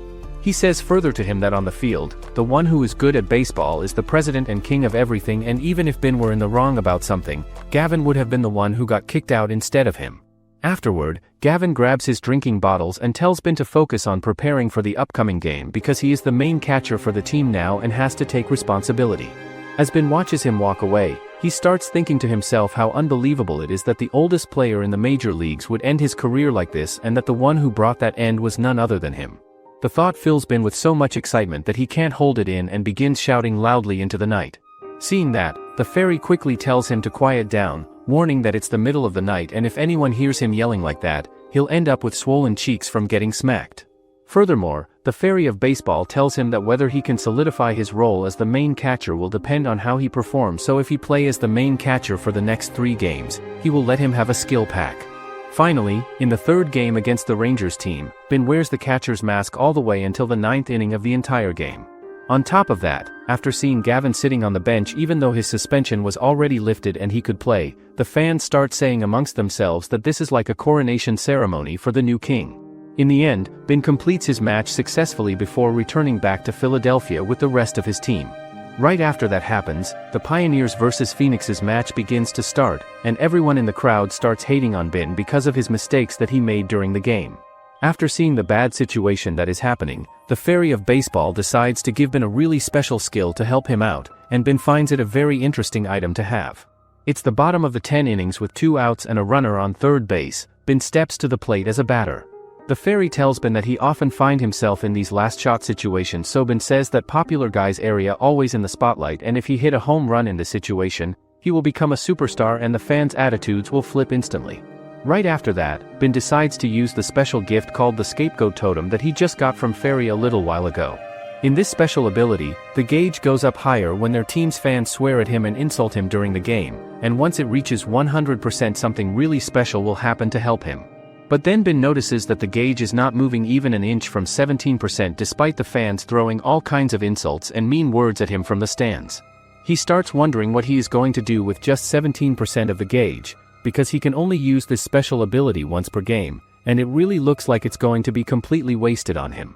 Seeing that, the fairy explains to Bin that all the insults coming from the fans are actually a kind of love, because although they say trashy things, deep inside they are still hoping for him to succeed. After hearing that, Bin steps up to the plate and prepares himself, but when the pitch comes toward him, he swings with all his strength and completely misses, causing him to lose balance and fall down. The moment he falls, the crowd goes wild in the worst way possible, throwing various trash items at him and yelling that he doesn't even know how to play baseball anymore. Then, all of a sudden, the gauge jumps from 17% straight up to 68% in one single moment, and when Bin notices that, he becomes extremely excited. Right after that moment, Bin gets ready to play again and steps up to the plate, and when the first ball comes flying toward him, the umpire considers it a strike and calls it out loud. Then after that pitch, Bin's gauge reaches his 100% potential level, and now Bin gains the ability to predict the trajectory of the next pitch that is coming. But then Bin realizes that this special item's effect only works one single time, so if the pitcher throws a pitch out away from him, then it's all over for him, but if the pitch comes down the middle of the plate, then he can easily hit it hard. Then Bin uses the special ability to completely track where the ball is going to come from and what path it will take, and when the pitcher throws the ball, Bin manages to hit a massive home run shot that goes flying out. Afterward, the fans started cheering for Bin and they even started chanting the name Red Bin as the blessing bell rings. However, Bin wonders if they were the same guys who were cursing him out just a minute ago. On top of that, Bin wonders if the totem of cuss can only be used 5 times a year in Korea, but these crazy fans manage to fill it up to 100% with just 2 strikes alone, but Bin still thinks that they are the absolute best fans in the world. Then Bin runs over to Gavin, who lifts him up in celebration and holds him high in the air, and Bin notices that the fans know that Gavin isn't the main player anymore because Gavin's retirement is getting near now.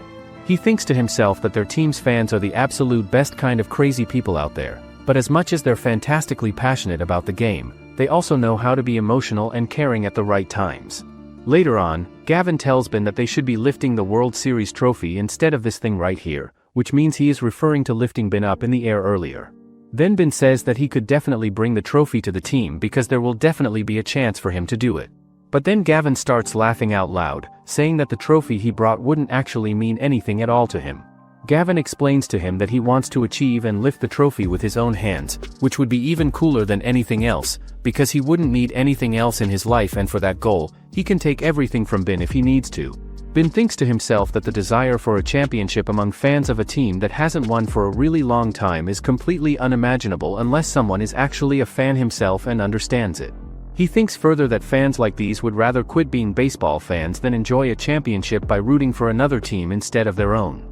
But then he thinks that Gavin wants to bring victory to his beloved team with his own hands more than anyone else does. He believes that the Gavin he knows has been a diehard fan of the Pioneers since he was a kid growing up, and for over 20 years now, this team hasn't won a championship at all. After that moment, Bin tells Gavin that he will hit a walk-off home run in the 7th game of the World Series and bring him the trophy that he deserves. However, Gavin says that that incredible big hit is going to be his own to make, and he will only allow Bin to be the final scorer who crosses home plate. The next day, Bin easily carries on the match until Gavin also arrives as a batter. After that, the whole crowd goes wild and everyone starts cheering like crazy, but Bin thinks to himself that it would be really amazing if Gavin could finish it again today, just like he did yesterday, and he actually wants Gavin to become the hero of this game too. But then Bin remembers that the Pioneers' home stadium has a really wide center field and these oddly shaped fences that usually lead to a lot of extra base hits, so there really isn't any need for someone like Gavin, who isn't exactly fast, to try and push himself to run all the way to third base. After that, Gavin watches the first pitch go by without swinging, and Bin thinks that Gavin's control when it comes to deciding which ball to swing at is really good, because he never swings at pitches that are clearly outside of the zone. After that, the pitcher throws another ball, and Bin starts asking himself if this second pitch is going to be a breaking ball because it seems like the pitcher has no intention of taking things lightly against Gavin. Bin thinks that Gavin is probably planning to finish everything with his own bat again, just like he did during yesterday's game, and he can tell that Gavin is aiming straight for a home run. Then the pitcher throws the pitch and Gavin hits it, but it ends up going foul, and Ben realizes that Gavin's timing was just a little bit off. Ben then looks carefully at Gavin and suddenly wonders if that was some kind of signal for a steal, but right after that thought, he realizes that since it's the bottom of the 9th inning, with 2 outs and a runner on first base, and the count is 2 balls and 1 strike, giving a steal sign in a situation like this feels really strange. However, he realizes that there is no sign from the bench, so is Gavin acting on his own? Ben then thinks that he still have to go for it, especially if Gavin's thinking the same thing as him and the pitcher would never expect a steal in this situation. Just then, Ben starts running from his base as fast as he can, and at the exact same time, Gavin hits a shot off the pitch, which completely confuses the pitcher on the mound. But then the ball goes past the shortstop who is covering the base. Right after that happens, Ben rounds second base and heads for third base at full speed, and he thinks to himself that it will take a while for the outfielder to catch the ball because it's moving pretty slowly through the air. After passing through the third base successfully, Ben runs for home plate with everything he has, but then the ball is also coming towards the catcher at the exact same time as he's running. It turns out that Ben safely reaches home plate just in time, and it's Gavin's walk-off hit that won the game, and then everyone in the stadium starts cheering for him really loudly. Right after that moment, Ben takes the interview with a bunch of reporters standing around him, and the reporters tell him that he mistook Gavin's advice to run because Gavin told them that he was in bad condition and expected a ground ball to be hit, so he told Ben to run just to put all the blame on him if something went wrong. After hearing that explanation, Ben completely loses his mind and can't believe it, and the reporters start laughing at him and tell him a bunch of other stuff about what happened, so Ben starts wondering if they meant that he was completely wrong about everything. Right after that, Ben runs inside the building and asks people around him where Gavin is right now, so they tell him that he has already gone back home. Then the fairy of baseball arrives next to him and tells Ben to calm down because this is very common in the majors, and it's just a low-grade joke to tame a rookie player. The fairy then tells him to calm down as he would give him a skill pack just as he promised him earlier. After hearing that news, Ben starts smiling like a little child who just got a present, but then the fairy says that this time around, he is going to give him a guaranteed B-grade skill or even higher than that. The skill gets revealed to be called Catch Me If You Can, and its main function is that the drop point of any ball is displayed on the screen during defense when he's playing. The next day, Ben finally finds Gavin somewhere and walks up to him and says that he became a complete laughingstock to all the reporters because of what he said yesterday in the interview. After hearing that from Ben, Gavin also starts laughing out loud and says that he already read about it in the news, and he thinks that it was a really funny article to read. Right after that, the match begins to start and Rosal throws some amazing balls that look really impressive, which makes Ben think to himself that this isn't Rosal's splitter pitch that he remembers seeing before. But then the fairy of baseball says that Rosal is just a replacement player for now, but Ben says that it's his first starter position in the major leagues, so he will do everything he can to give him a win. After that moment, Rosal throws another pitch toward the plate, and this time the batter hits a fly-high ball that is heading towards the third base bleachers in the outfield, but it ends up getting called a foul ball. Right at that moment, Ben activates his Catch Me If You Can special ability and finds the exact location of where the ball is going to land on the ground, so then he suddenly starts running towards it at full speed. Afterward, Ben dashes towards the other team's dugout and he jumps straight to catch the ball, but there is a pole in front of him, so Ben uses his 1-second invincibility. It turns out Ben manages to catch the ball while crashing into the dugout fence, and everyone starts cheering for him because of his incredible courage. However, the other team's players find it completely impossible to believe because he slammed his shoulder into an iron fence really hard and came out completely unscathed without any injuries, and the weird part for them is how did he know the ball would land in that exact spot before it happened. In the end, after everything, the fans continue to show their support for Ben and cheer for him loudly, and it makes Ben's slave Rosal become even more obedient to him than he was before. Right after that moment, Ben tells Rosal that he did great until the 6th inning of the game, and he also met all the requirements needed for a winning pitcher as well. Then Ben realizes that they have a break coming up next week, so he tells Rosal to come over to his place to hang out, and he even invited Jimmy to come too, so the three of them will be hanging out together at his house. It turns out that Ben has nothing to do with the All-Star game this year at all, and before he returned to America, he almost never missed the All-Star game when he was playing in Korea, but it can't be helped since he's only been in the majors for about a week now. The next week comes around, and Jimmy and Rosal arrive at Ben's massive mansion where he lives all alone and does some freaky stuff all by himself when nobody is around. Inside, Jimmy asks if there is an extra room where he can live as well, but Ben says that all the rooms are filled with training equipment. Afterward, they watch baseball games on TV and then Jimmy tells Ben to catch some pitches for him as he wants to increase his pitch repertoire for the second half. However, Rosal asks him if their first opponent in the second half of the season is the first-ranked team, which is the New York Bulls, and he mentions that they are just 2 games behind the Bulls in the standings right now. But then Ben tells him that they can definitely get 3 consecutive wins against the Bulls in their upcoming series, and if they do that, they will be in first place in their division of the league. Then Rosal says that to do that and make it happen, they will have to take down one really annoying guy who is on their team, and he explains that there's someone that all the players in the major leagues hate playing against. It turns out that guy's name is Axel Alexei Alexis, and he is the Bulls' freaky catcher who plays really dirty. Finally, the All-Star game is over and they are entering the second half of the season, and in the first place, the Bulls are facing off against the Pioneers. The crowd of the match keeps cheering for Alexis to get in the field and destroy everyone. Meanwhile, Alexis is a fatty person who is busy eating some chicken wings, and Ben starts laughing after hearing that the Bulls have AAA battery size. However, Gavin tells Ben not to get tripped up by that battery guy, as normally, someone would get furious when they're getting booed like that, but Alexis is smiling like he's happy. He further explains that no one has ever seen him get mad and he just keeps smirking in a really annoying way. He says that Alexis is a genius at making people mad because he never stops talking, not even during games, as it's always the same. When Ben hears that, he remembers how before coming back, there were many batters who couldn't control their anger in games Alexis played in. They picked fights they couldn't win and played dirty, which caused big bench-clearing brawls. Then Gavin tells him that if he ever gets mad, he should make sure to mess Alexis up so bad that he can't even think about showing up in the next 2 games. Hearing that, Ben gets excited, but the fairy thinks Gavin is probably the only mentor who actually tells someone to hit people. Afterward, it's bottom of the second inning, no score from either team, but now Ben is walking towards the plate as a batter. Ben then gets there and Alexis seems super polite at first, but then he started acting like someone who is interested in men. Suddenly, the pitcher suddenly throws the baseball toward home plate and the pitch turns out to be a tricky knuckle shot that zooms straight past Ben before he can even react to it. Alexis keeps acting in a weird way and tells Ben that he should get his room number from Gavin later so that the two of them can have fun together all night long. However, Ben lightly taps his knee with his hand and tells Alexis that he should probably ask his pitcher about making those kinds of plans instead of asking him.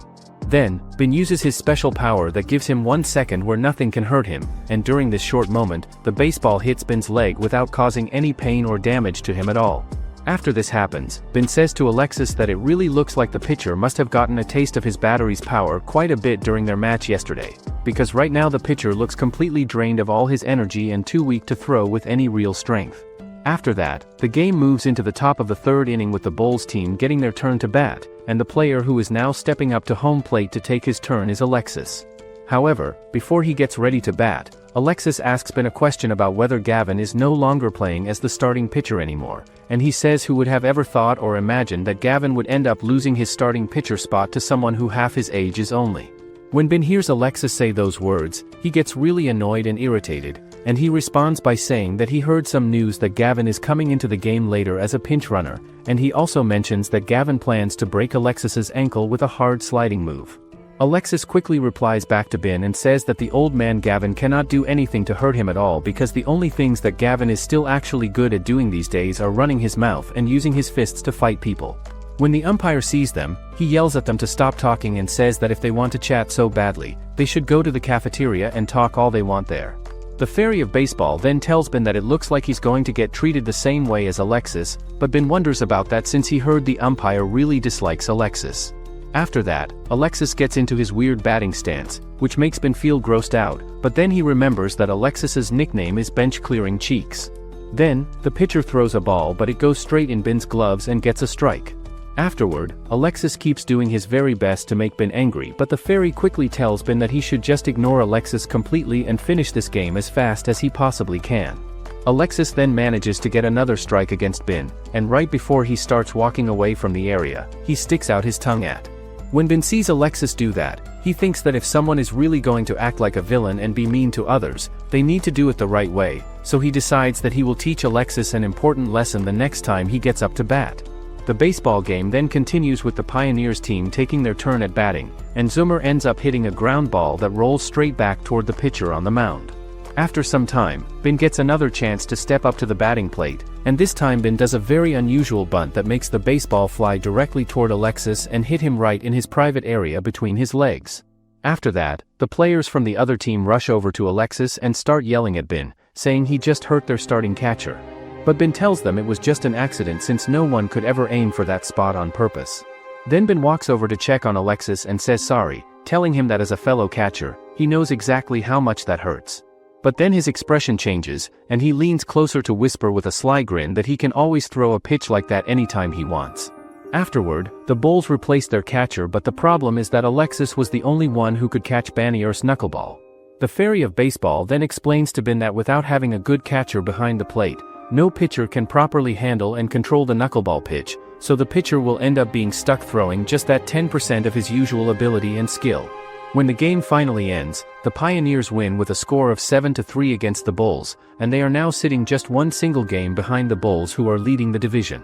The next day arrives and it is time for the second game between the two teams, and one of the batters from the Bulls team tries to scare and threaten Bin by saying that Bin is the very first person to ever shut up Alexis, who never stops talking and run his mouth during any game. The batter keeps talking and says even more by explaining that Alexis told all of them while he was at the hospital having his surgery done that Bin hit him in that private area on purpose and meant to do it. Right after that, the pitcher launches a ball toward home plate where Bin is waiting. The batter purposely swings his bat way too high up in the air so that it ends up hitting Bin's protective catcher mask that is covering his face. Some time passes and the game moves forward to the bottom of the ninth inning. At this point the Bulls win and lead by just one single point while the Pioneers have no outs on board yet. They have a runner standing on first base, and that runner happens to be Randall, who is playing as the pinch runner for the team. After the situation is set up like this, Bin steps up to home plate once again to take his turn as a batter, but Bin completely misses the first pitch that comes his way. However, when the pitcher throws another ball toward him, Bin makes contact and hits a massive and powerful home run that sends the baseball flying way past the outfield fence. However, after Bin finishes hitting that home run, his baseball bat seems to have accidentally flown out of his hands and sailed into the Bulls team's dugout area, and he then quickly apologizes to everyone and says that it was just a complete accident and he did not mean for it to happen. The next day, the Pioneers tells Bin that if the opposing pitcher tries to throw at him because of yesterday's bat flip, they all will fight for him. They even plan that it's their chance to crush those Bulls, and they even think about running straight to the mound instead of the batter's box. Seeing them, Bin and the fairy thinks that this team has been brainwashed by Gavin. Just then, Gavin shows up carrying a big bag that is completely full of boxing gloves for every single person on the team. However, Bin quickly says that since he is the one who did the bat flip that caused all this trouble, it would probably be a lot more peaceful if he just let them take one hit at him and then be done with the whole thing. When Gavin hears Bin say those words, he responds by saying that what Bin is suggesting might work fine with other teams in the league, but it definitely will not work that way with the Bulls team at all. Afterward, Gavin explained the reason by telling a story about how a while ago in the past, one of their team's batters did the exact same thing that Bin just did with his bat. But then at his very next time up to bat, he ended up getting hit by a pitch that the other pitcher threw at him on purpose. Gavin keeps going with the story and says that after getting hit like that, the batter ran toward the pitcher's mound and attacked their pitcher, but then Gavin himself beat up that batter so violently to the point where nobody could even tell who he was anymore. The next day, it's the third game against the Bulls and the Pioneers have already won 2 straights, which puts them tied with the Bulls for first place. Bin steps up to the plate to bat while the opposing catcher loudly threatens to smash his head in, but Bin only thinks to himself that what the catcher is really going to hear is the sound of Bin smashing his pitcher in the face. However, when the pitcher throws that breaking ball on purpose and it hits Bin hard, Bin instantly bursts forward and charges at the pitcher like a wild animal, and without any hesitation, he swings and hits the pitcher right in the face. Right after that, all the players from both teams rush onto the field and start fighting, and in chaos, Gavin even manages to land a solid beatdown on the opposing team's pitcher without the umpire noticing anything. Eventually, Bin gets ejected from the game, but Gavin pats him on the shoulder and says he did a good job, and Bin thinks to himself that the Pioneers are finally going to claim the top spot. Afterward, the Pioneers end up winning 3 games straight, and they take back first place in the division from the Bulls. But because Bin got ejected during the last fight, he gets suspended for 2 games, so he decides to just go out and grab a sandwich.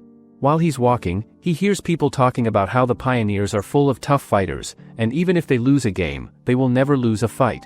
Then, suddenly, Bin hears someone saying that Bin really is the perfect successor to Gavin, and that they should make Gavin the coach of the Pioneers. After hearing that, Bin and the Fairy of Baseball both start laughing, saying that if Gavin really becomes the coach, there would be no supervision at all and every game would turn into a bench-clearing fight. Bin then thinks to himself that, in the original history, Gavin was supposed to announce his retirement after this season, but with how strong and fired up Gavin is now, he could probably keep playing for another 5 years. A little later, Bin returns to where Gavin is waiting and hands him the sandwich he asked for. Gavin takes it and tells Bin that once he takes off his baseball uniform and quits playing, nobody will recognize him anymore, as if he's a completely different person without it. Bin then replies that his fans were saying that Bin is actually the best player now and that Gavin should probably start thinking about when he is going to retire from baseball. Right after saying that, Bin asks Gavin a question about how his back is doing, and when he hears this question, Gavin starts laughing out loud and says that any guy who loses at arm wrestling to a 40-year-old man like himself has to go out and fetch sandwiches for him. Later on, Bin watches the news on television about the Pioneers team, and he watches the footage of Gavin's entry onto the baseball field as the entire crowd of fans chants his name over and over again. When Bin sees this happening on the screen, the fairy makes a comment and says that the crowd's reaction is completely different and much bigger from when Bin himself steps up to the batting plate. Afterward, Gavin sends a wide fly ball into the outfield, and Bin watches it closely while thinking that if this had happened 3 or 4 years ago, that ball would have easily gone over the fence for a home run. But now, Gavin's right wrist doesn't move like it used to, and he can't put the same strong force into his swing at the exact moment of impact. Still, Bin realizes that Gavin's left hand has become unbelievably strong, almost like the result of years of pushing himself to make up for his half-broken right wrist. On top of that, Bin thinks that once Gavin puts on his catcher's mask, there is practically no chance that he will ever miss a breaking ball, even though his knees and back have already gone through so much wear and tear. After the match ends, Gavin sits down for an interview, and in front of everyone watching, he announces that it is finally time for him to say that it's over now. After that, Bin feels shocked and can't believe Gavin suddenly announced during the interview that he'll retire at the end of the season. He was supposed to make that announcement after the season was over, so Bin can't help but wonder why Gavin decided to say it now, right in the middle of everything. Just then, the Fairy of Baseball tells him that it's obviously because of him, saying that his unnecessary actions are what pushed Gavin into making that choice. Moreover, Fairy says that Gavin was crying when he announced his retirement before he returned, but this time Gavin's expressions were different. Soon, Gavin's sudden retirement announcement yesterday caused a stir on social media, and then, today's game came to an end. It turns out that the Pioneers once again managed to defeat the Hornets team with a final score of 3-0, and with today's big victory they have now tied up the series between the two teams. The next day arrives and Bin returns to the team after finishing his suspension period, and Gavin tells him that if his back were not hurting him so much right now, Bin would have had to change to a different position on the field. However, Bin thinks to himself that if Gavin can just keep playing games as a starter for the team, then Gavin would probably be considering switching to a different position, but with his current physical condition and all the pain he is dealing with, playing in the outfield position is completely impossible for him to do. Right after thinking about that, Bin asks Gavin a question about whether the club will retire his jersey number when he stops playing. Gavin says that if Bin decides to inherit this jersey number from him, then Bin will not be able to wear any uniform other than the Pioneers uniform for the rest of his career. Moreover, Bin asks what if he get traded or released, so Gavin replies that if he get traded, the fans will kill GM Brandon, and if he get released, he will kill him himself. Hearing that, the Fairy and Bin both think that his current number isn't so bad since he also needs to take care of his own life. The match then continues, and Bin hits a walk-off, making the game easily go in favor of the Pioneers. The next game will be Bin's first interleague match, and their opponent is the Boston Red Caps from the American League Division. Later, Bin looks at one of the American team's players, and the pitcher tells him that he's a really talkative guy and sometimes it gets pretty annoying. The pitcher tells Bin that if he tries to play mind games, he will end up getting played himself. The next day arrives and the baseball match between the Pioneers and the Boston Red Caps begins to start, and both teams manage to go scoreless without any runs in the first inning of the game.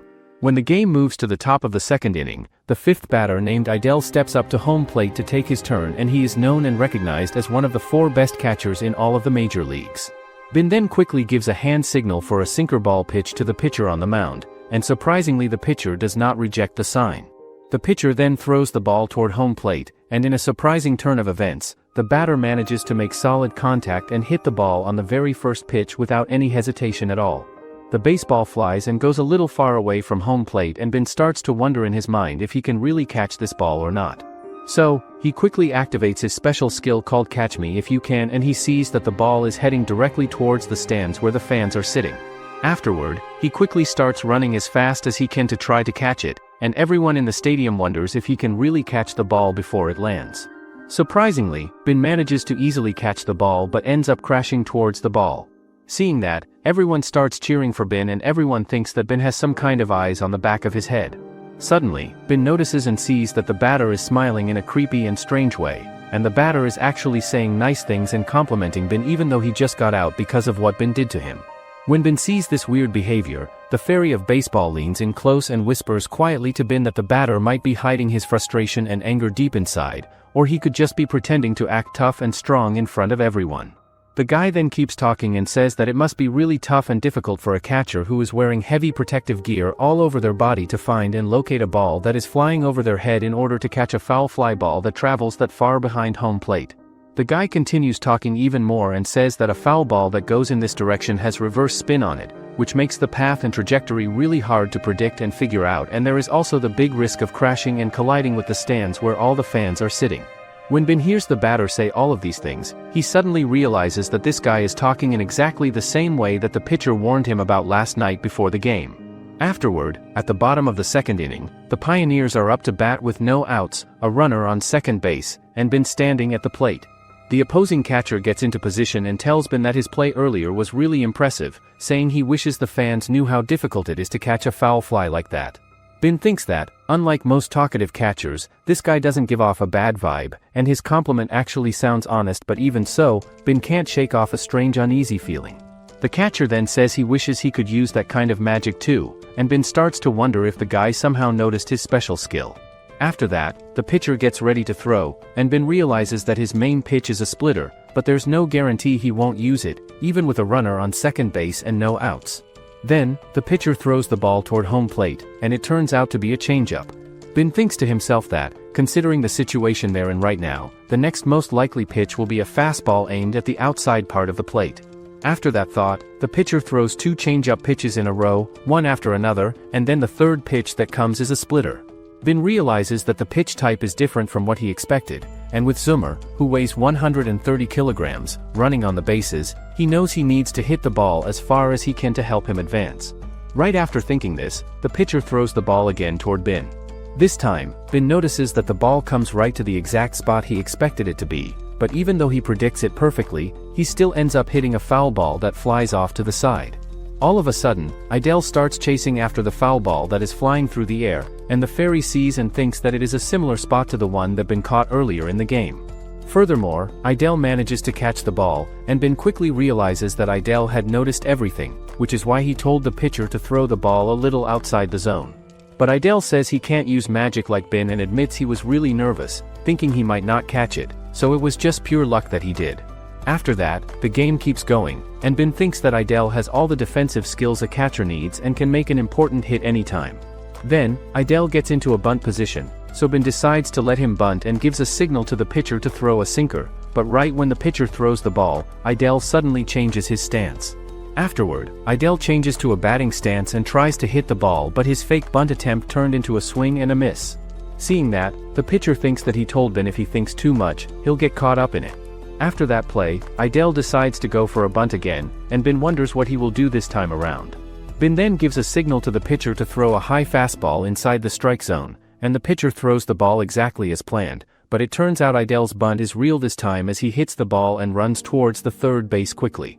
However, Bin realizes that a bunt towards third base is best handled by the third baseman on the field, but this time, Bin stops the third baseman named Ryan from going after it.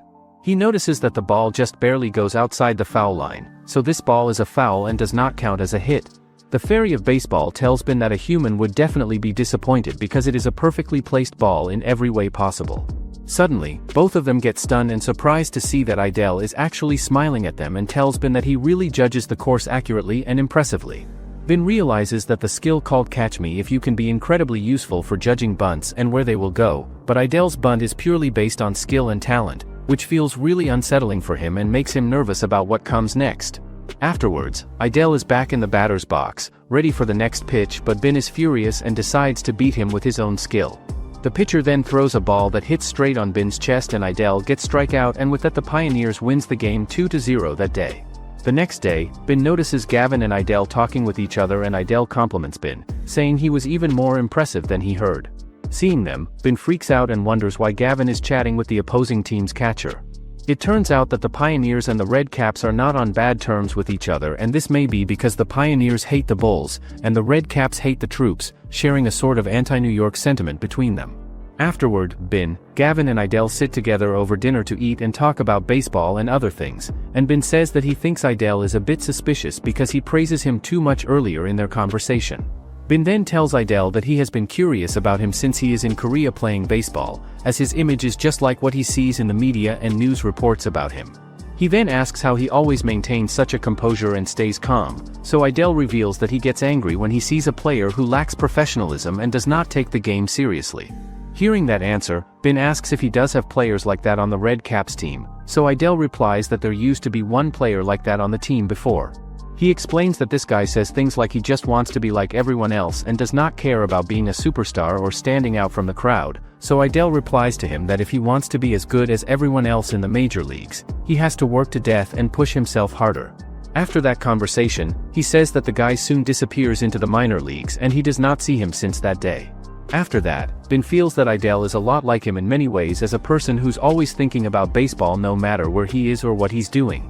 Then Bin asks Idel if he could get his autograph, and Gavin suddenly bursts out laughing like a maniac, finding the request really funny. The next day, the Pioneers face their next opponent, the Atlanta Veterans, who are the lowest-ranked team in the league standings.